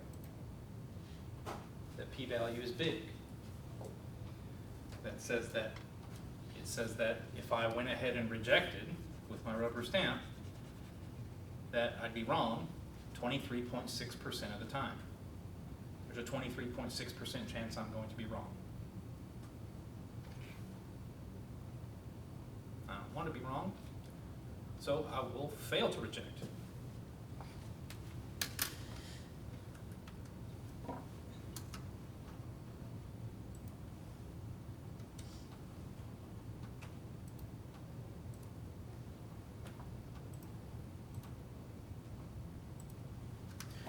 And when I fail to reject,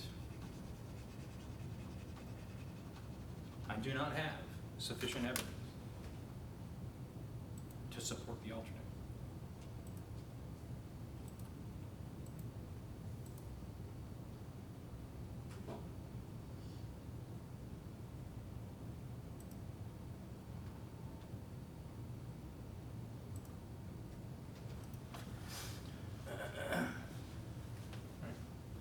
So that conclusion there says I fail to reject, I don't have sufficient evidence to support the alternate.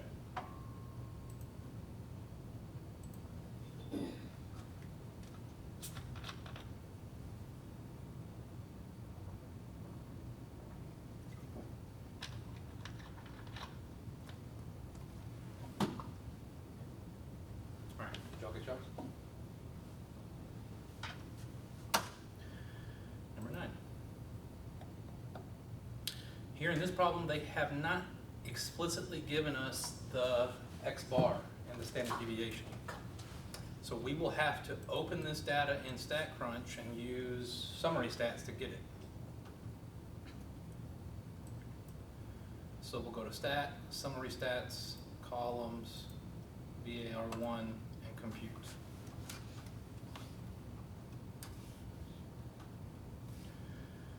So my X bar is that mean, 11.048. And my standard deviation, S, is 6.468283. I should probably play it on the safe side and use all the numbers that StatCrunch gave me.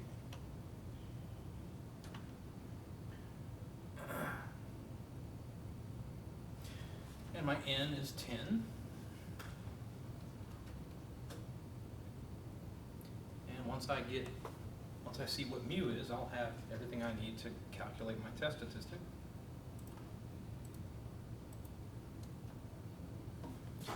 So what we have is lead concentrations in medicine.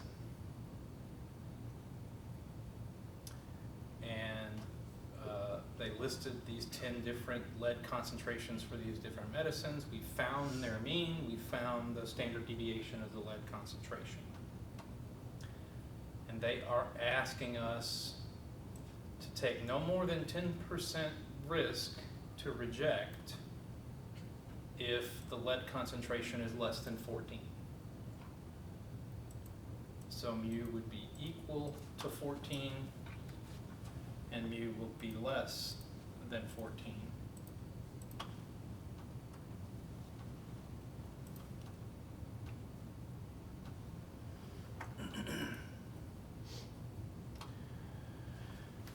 My test statistic will be 11.048 minus 14 over 6.468283 divided by the square root of 10.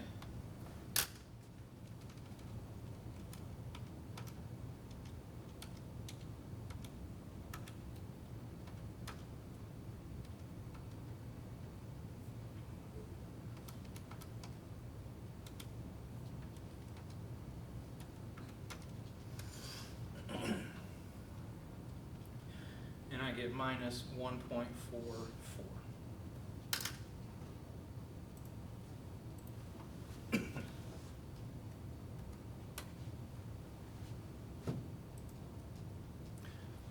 minus 1.44, that's not very far out in the tail. Right? So I'm gonna have a big chunk of area there, but I don't know how big it's going to be. Let's use our calculator, our T calculator, to see. Well, my DF is gonna be 9. It's 10 minus 1. And I want the area to the left of a minus 1.44. And I have found that my p-value is coming out to be 0.092.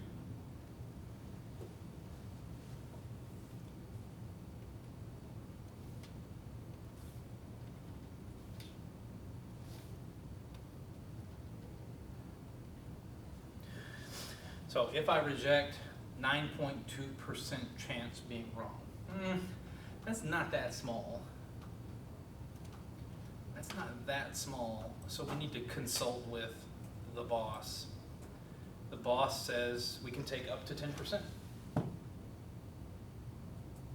Boss says we can take up to a 10% risk, so 9.2%, it's not that small, but it is small enough. It's less than 10%, so we are okay to reject.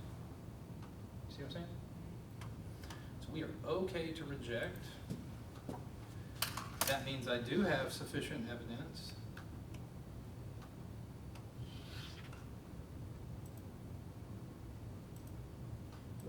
What's the difference between fail to reject and accept? Okay. Accept means you've shown how it's true. That means you went out and collected evidence and you said, you know what, this guy's right. So I went out and collected evidence, and in this one it was 14, or less than 14. No. It's a trick that they're trying to pull on you. The hypothesis test can never show an accept. The hypothesis test can never accept either hypothesis. Only choices are, I reject the initial, or I say, I don't know, and fail to reject. Got it. If I reject the initial, then all I'm saying is that we have evidence to contradict that initial. And the only other option is to go with the alternate. In order for me to accept the initial, I would have to collect evidence to show how it's true, and that's not possible. It's in the same way that the court of law will not exonerate you. They won't say this, they won't find you innocent. You either found guilty or not guilty.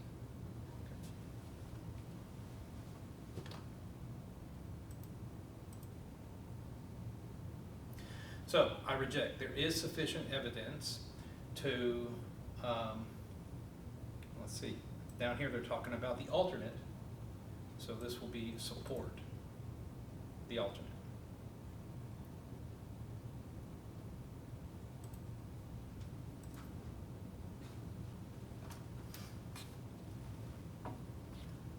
All right, all good? Number 10 is about car seats and their head injury condition unit rating. And we've got 6 car seats here. Let me find what the average head injury condition rating is and the standard deviation.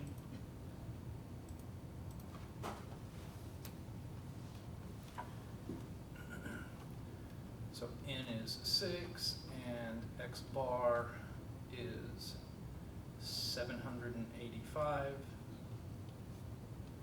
and the standard deviation is 244.71044.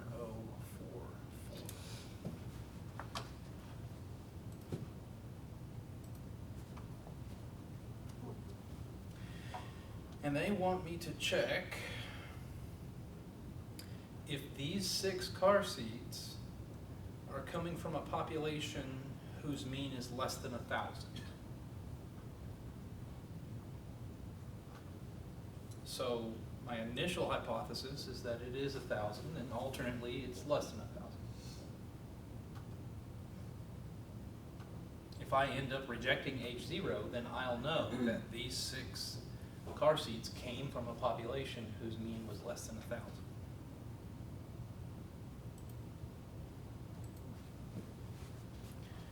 My test statistic is the observed minus mu over the standard error.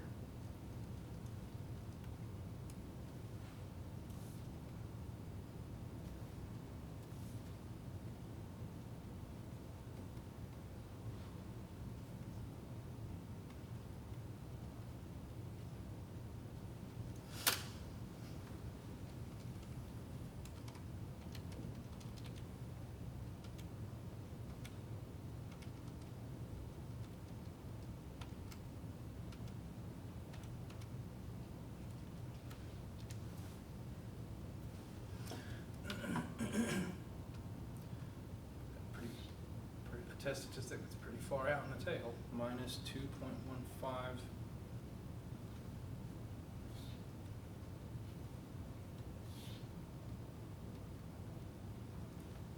Okay.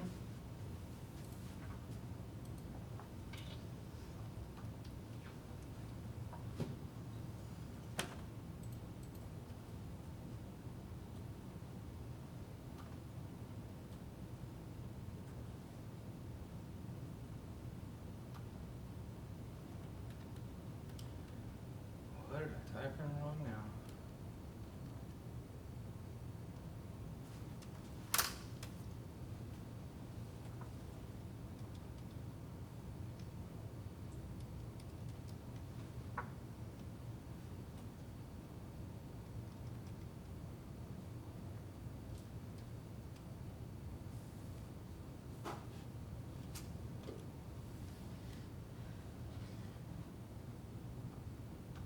Oh, they say round to 3 decimal places. I just put it in 2. That's So- gotten me a few times. So it's minus 2.152.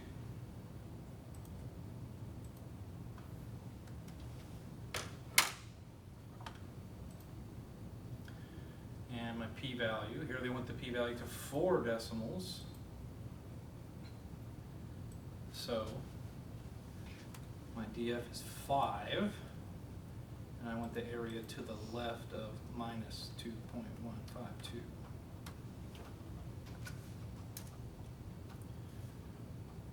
And so I have a p-value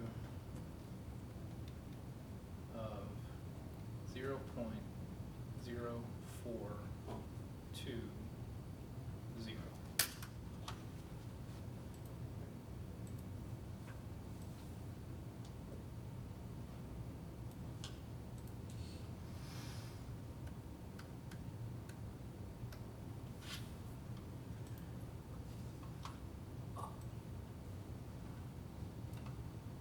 Now, 4% chance is pretty small, but it's not small enough. The boss is saying take no more than a 1% chance of rejecting. So, it would be too risky for me to go out on a limb and reject. I will fail to reject. I will fail to reject. I do not have enough evidence to support the alternate.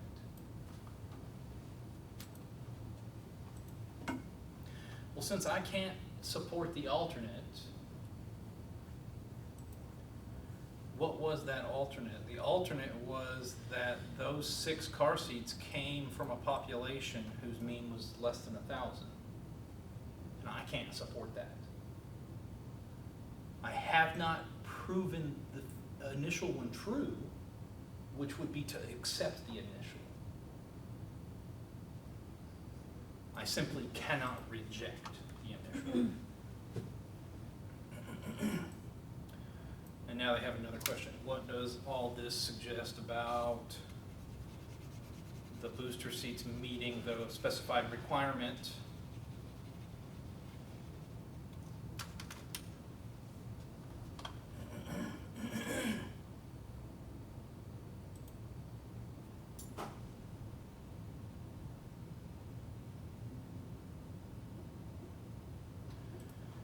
I get this. We found that there wasn't enough evidence to say it's less than 1,000.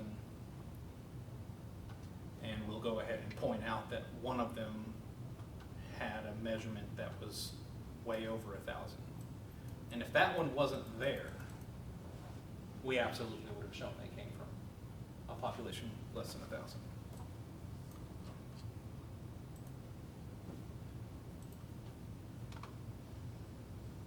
All right. Let's take a break and then we'll come back around to question 1. And do the same type of stuff, but a little different for labor.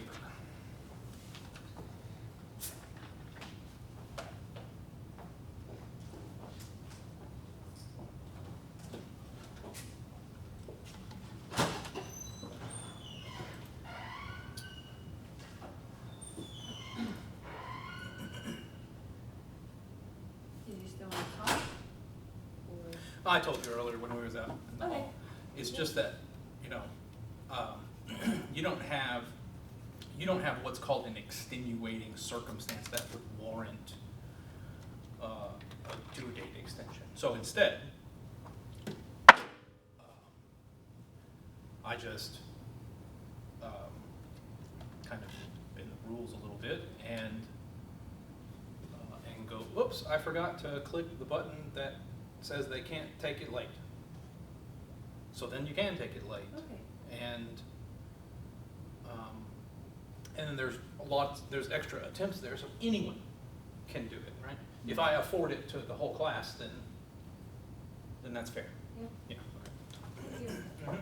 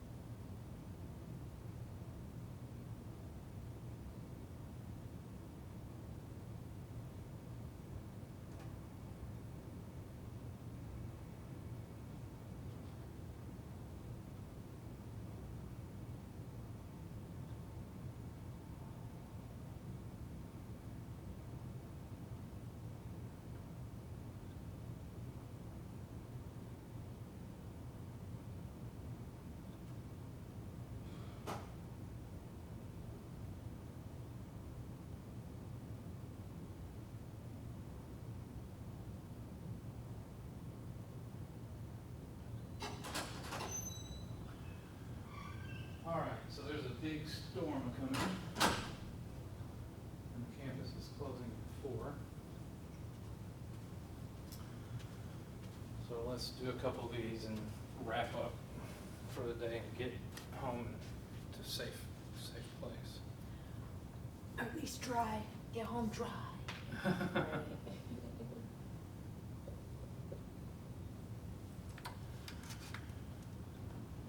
Because, I mean, I could race through all 5 of these. We know you can. Yeah.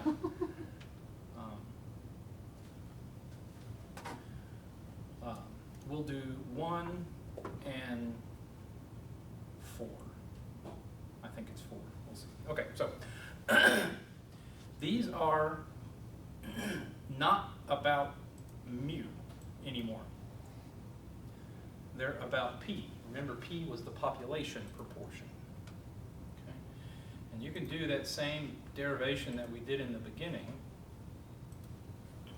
and you would wind up with the test statistic of the observed value minus the mean over the standard error.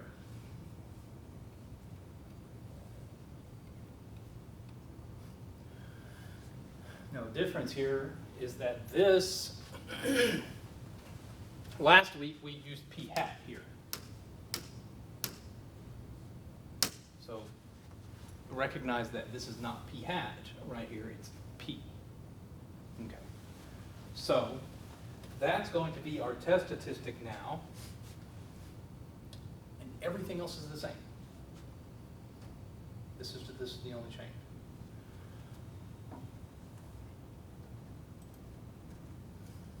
All right, so we've got a random selection of 100 candies, so n is 100. 23% of them are blue, so that means that p hat is 0.23.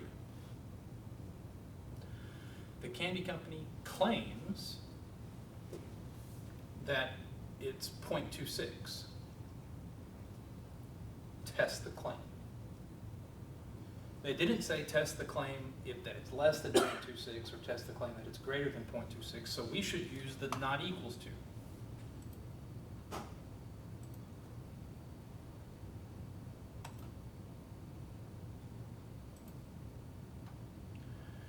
My test statistic is the observed minus the mean over that standard error.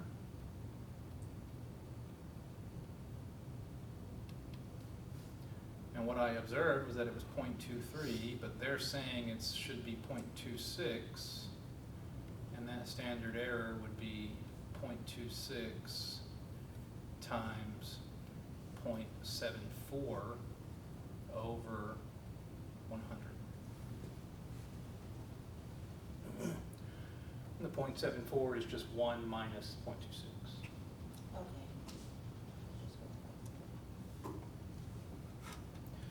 So I get, let's see, 0.23 minus 0.26.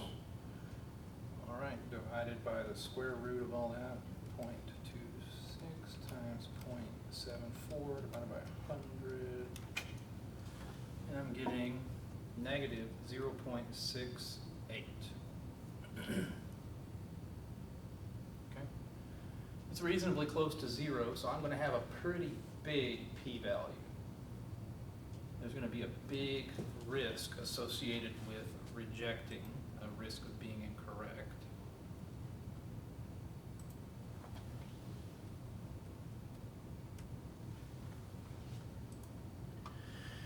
And since these are p and not mu, we don't use the t-curve, we use the normal curve. It's like this is not a t-value, this is a z-score. So we'll just go to the normal curve, the normal calculator,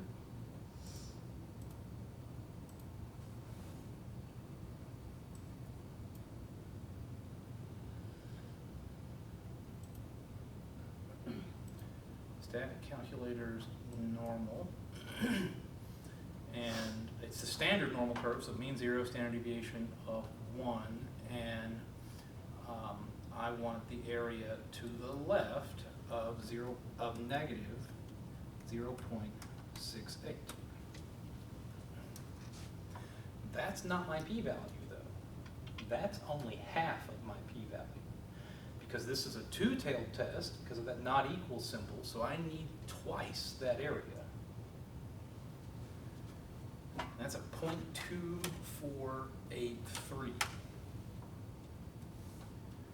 So my p-value will be 2 times 0.2483.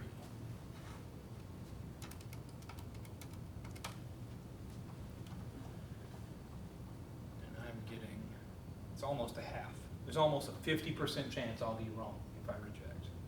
0.4966. To 3 decimals, that's just 0.497.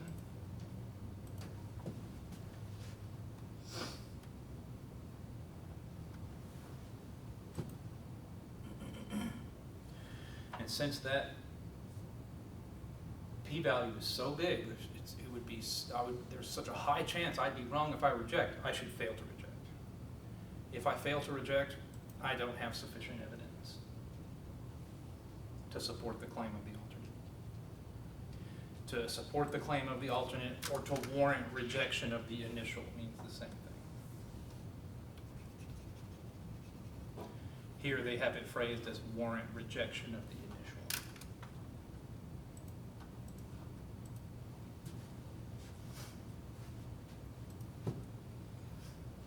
We good on that one?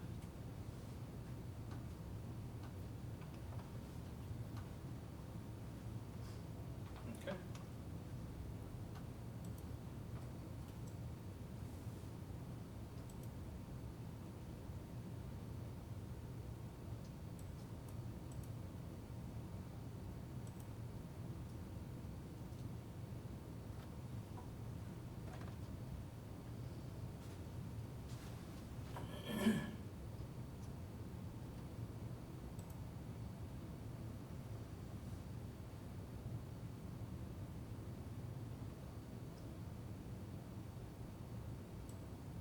Okay, let's do number 3.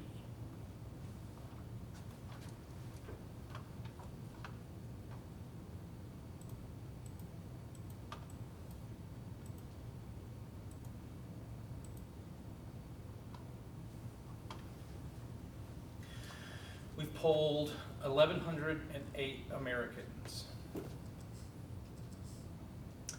47% of them prefer to watch the news rather than to read it or listen to it.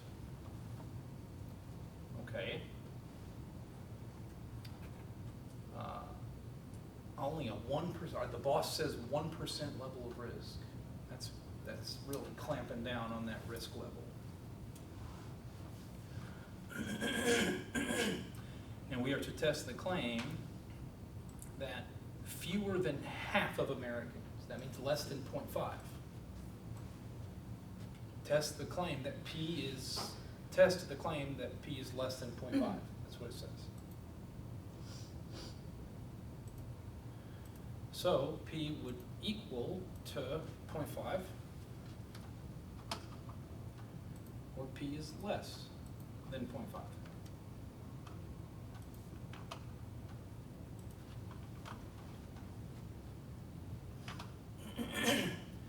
And look, they're even calling the test statistic a Z.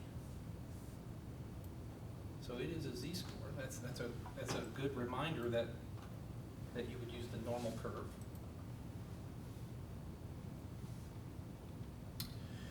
And what happened here is we observed 0.47, assuming that P was 0.50. And then it would be over the square root of 0.50 times 0.50 divided by n, which was 1108.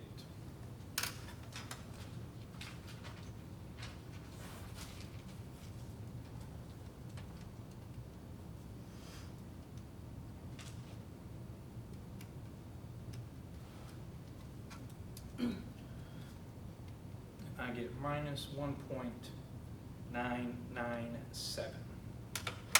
Rounded to 2 decimal places, that's just going to be minus 2.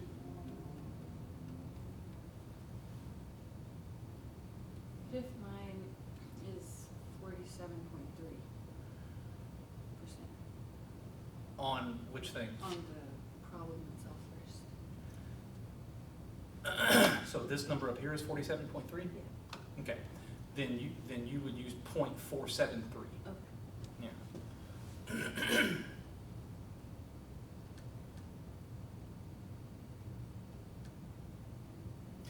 Yeah, so what they're doing is they're saying, we're going to try and we're just going to see just how good that student is by phrasing it in terms of a percentage and letting them realize that they have to rewrite it as a proportion. The proportion and the percentage are equal, they just have different units, right? It doesn't have the percentage, so you have to kind of downgrade it just to the decimal that it's equivalent to.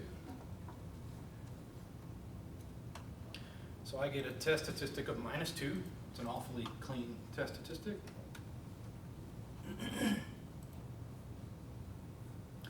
Minus 2 is pretty far out there in the table. Let's see what my area is. 0.227.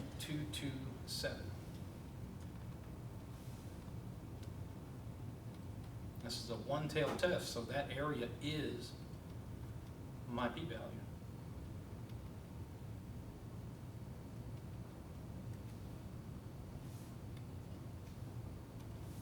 .0227.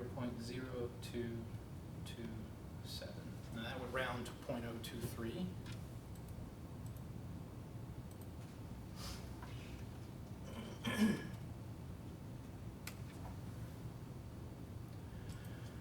.023, that means there's just a 2.3% chance of being wrong if I reject. And while that's low, the boss says that that's not low enough. In order for us to reject, there could not have been more than a 1% chance of being wrong. So I have no choice but to fail to reject. I'll fail to reject. It must be the case that my evidence is not sufficient enough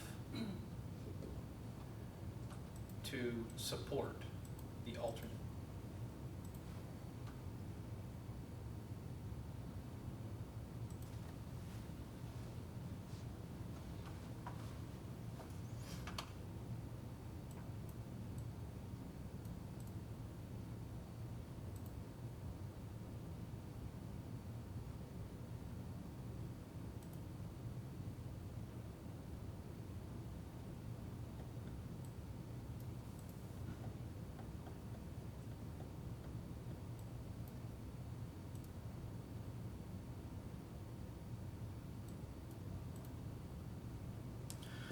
All right, y'all want to do another one, or you want to get out of here?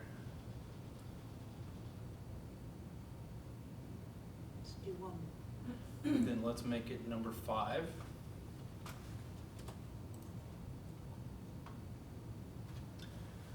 Seems familiar because it's about the green peas and the yellow peas. So you already know where one of the tricky parts is going to be. You have to remember to add together the green peas and the yellow peas to get in. Right here, in is going to be 409 plus 135. So that's 544.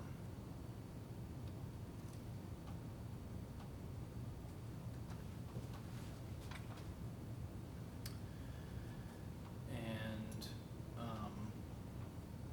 what are we testing here? Testing the claim that 24% of them are going to be yellow. So to get my p hat, I need to take the number of yellow peas divided by the total number of peas, and that will give me p hat. So 135 divided by 544, and I get a p hat of 0.2482.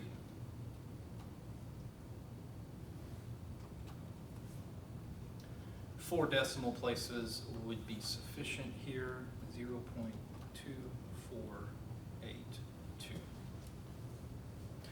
Less than 4 decimals, you risk having a test statistic that's inaccurate. And let me tell you, the p-value is very sensitive to that test statistic being a little bit off, right? Because that test statistic, if it's off just by 0.01, it's going to accumulate a bunch of area if it ain't in the tail, if it ain't way out in the tail. Okay, so there's my p-hat. I'm ready to go.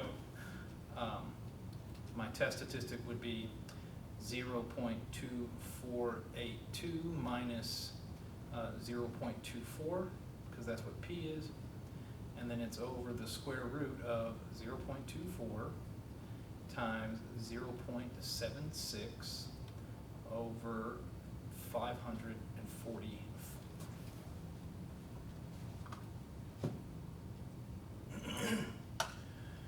You know, when I'm looking at what they asked me to test, they didn't ask me to test if it's less than 24% or greater than 24%, so I must be having to check whether it's different from 24%. So this is a two-tailed test. And with this being a two-tailed test, when I get that area in the tail past the test statistic, I'll have to double it to get my p-value. All right, my test statistic is 0.2482 minus 0.24. All right, and then divided by square root 0.24 times 0.76 divided by 544.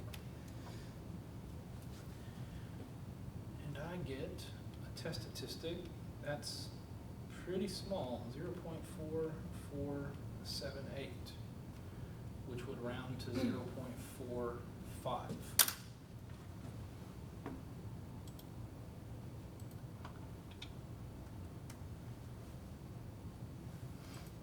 And that test statistic's really close to 0. So in all likelihood, it's going to come out in between the z sub alpha over 2's, making the original claim be plausible. But we'll see. We'll see what happens when we look at it with the p-value strategy. So my p-value associated with that 0.45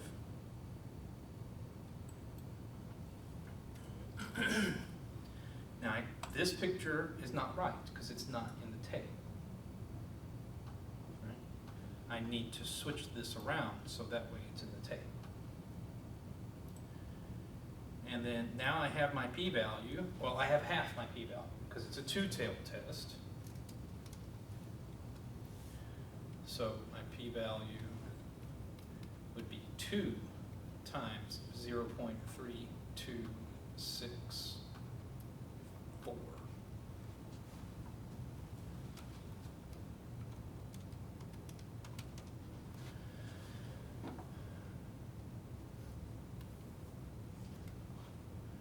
So that corresponding result is 0.653, a 65% chance that I'd be wrong if I reject.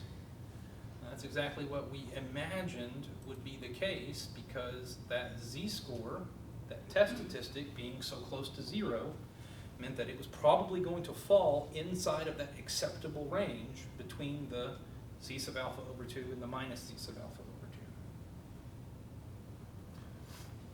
over 2. A z-score that's close to 0 gives you a huge area in the tail. So we've got this big p-value. That means that there's huge risk associated with rejecting. We should fail to reject. I will fail to reject. And they have a little different wording down here. They want you to do it in 2 steps. So we're going to fail to reject because that p-value is so much bigger than alpha. It far exceeds what the boss says our limitation would be.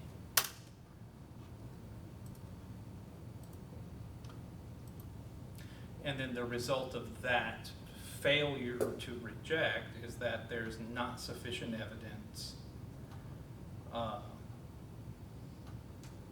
to warrant rejection of the initial hypothesis.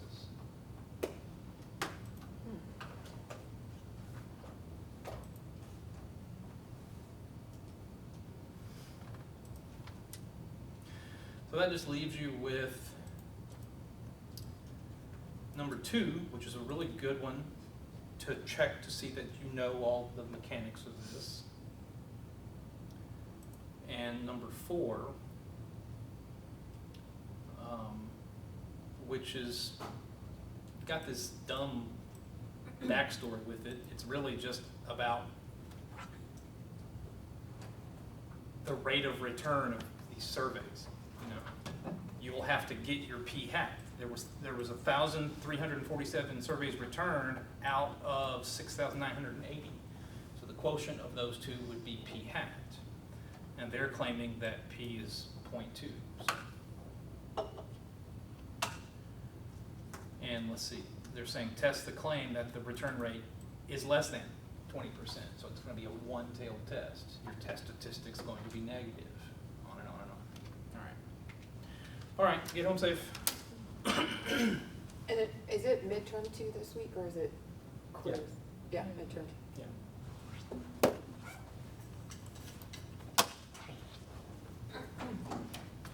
See you next week. See ya.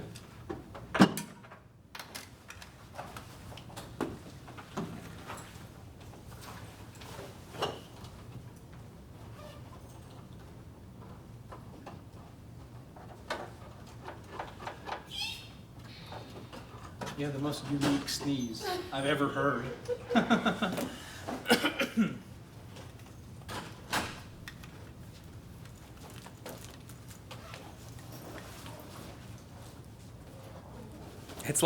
It's like as if you got scared because there was a mouse in the room. Yeah. Eek.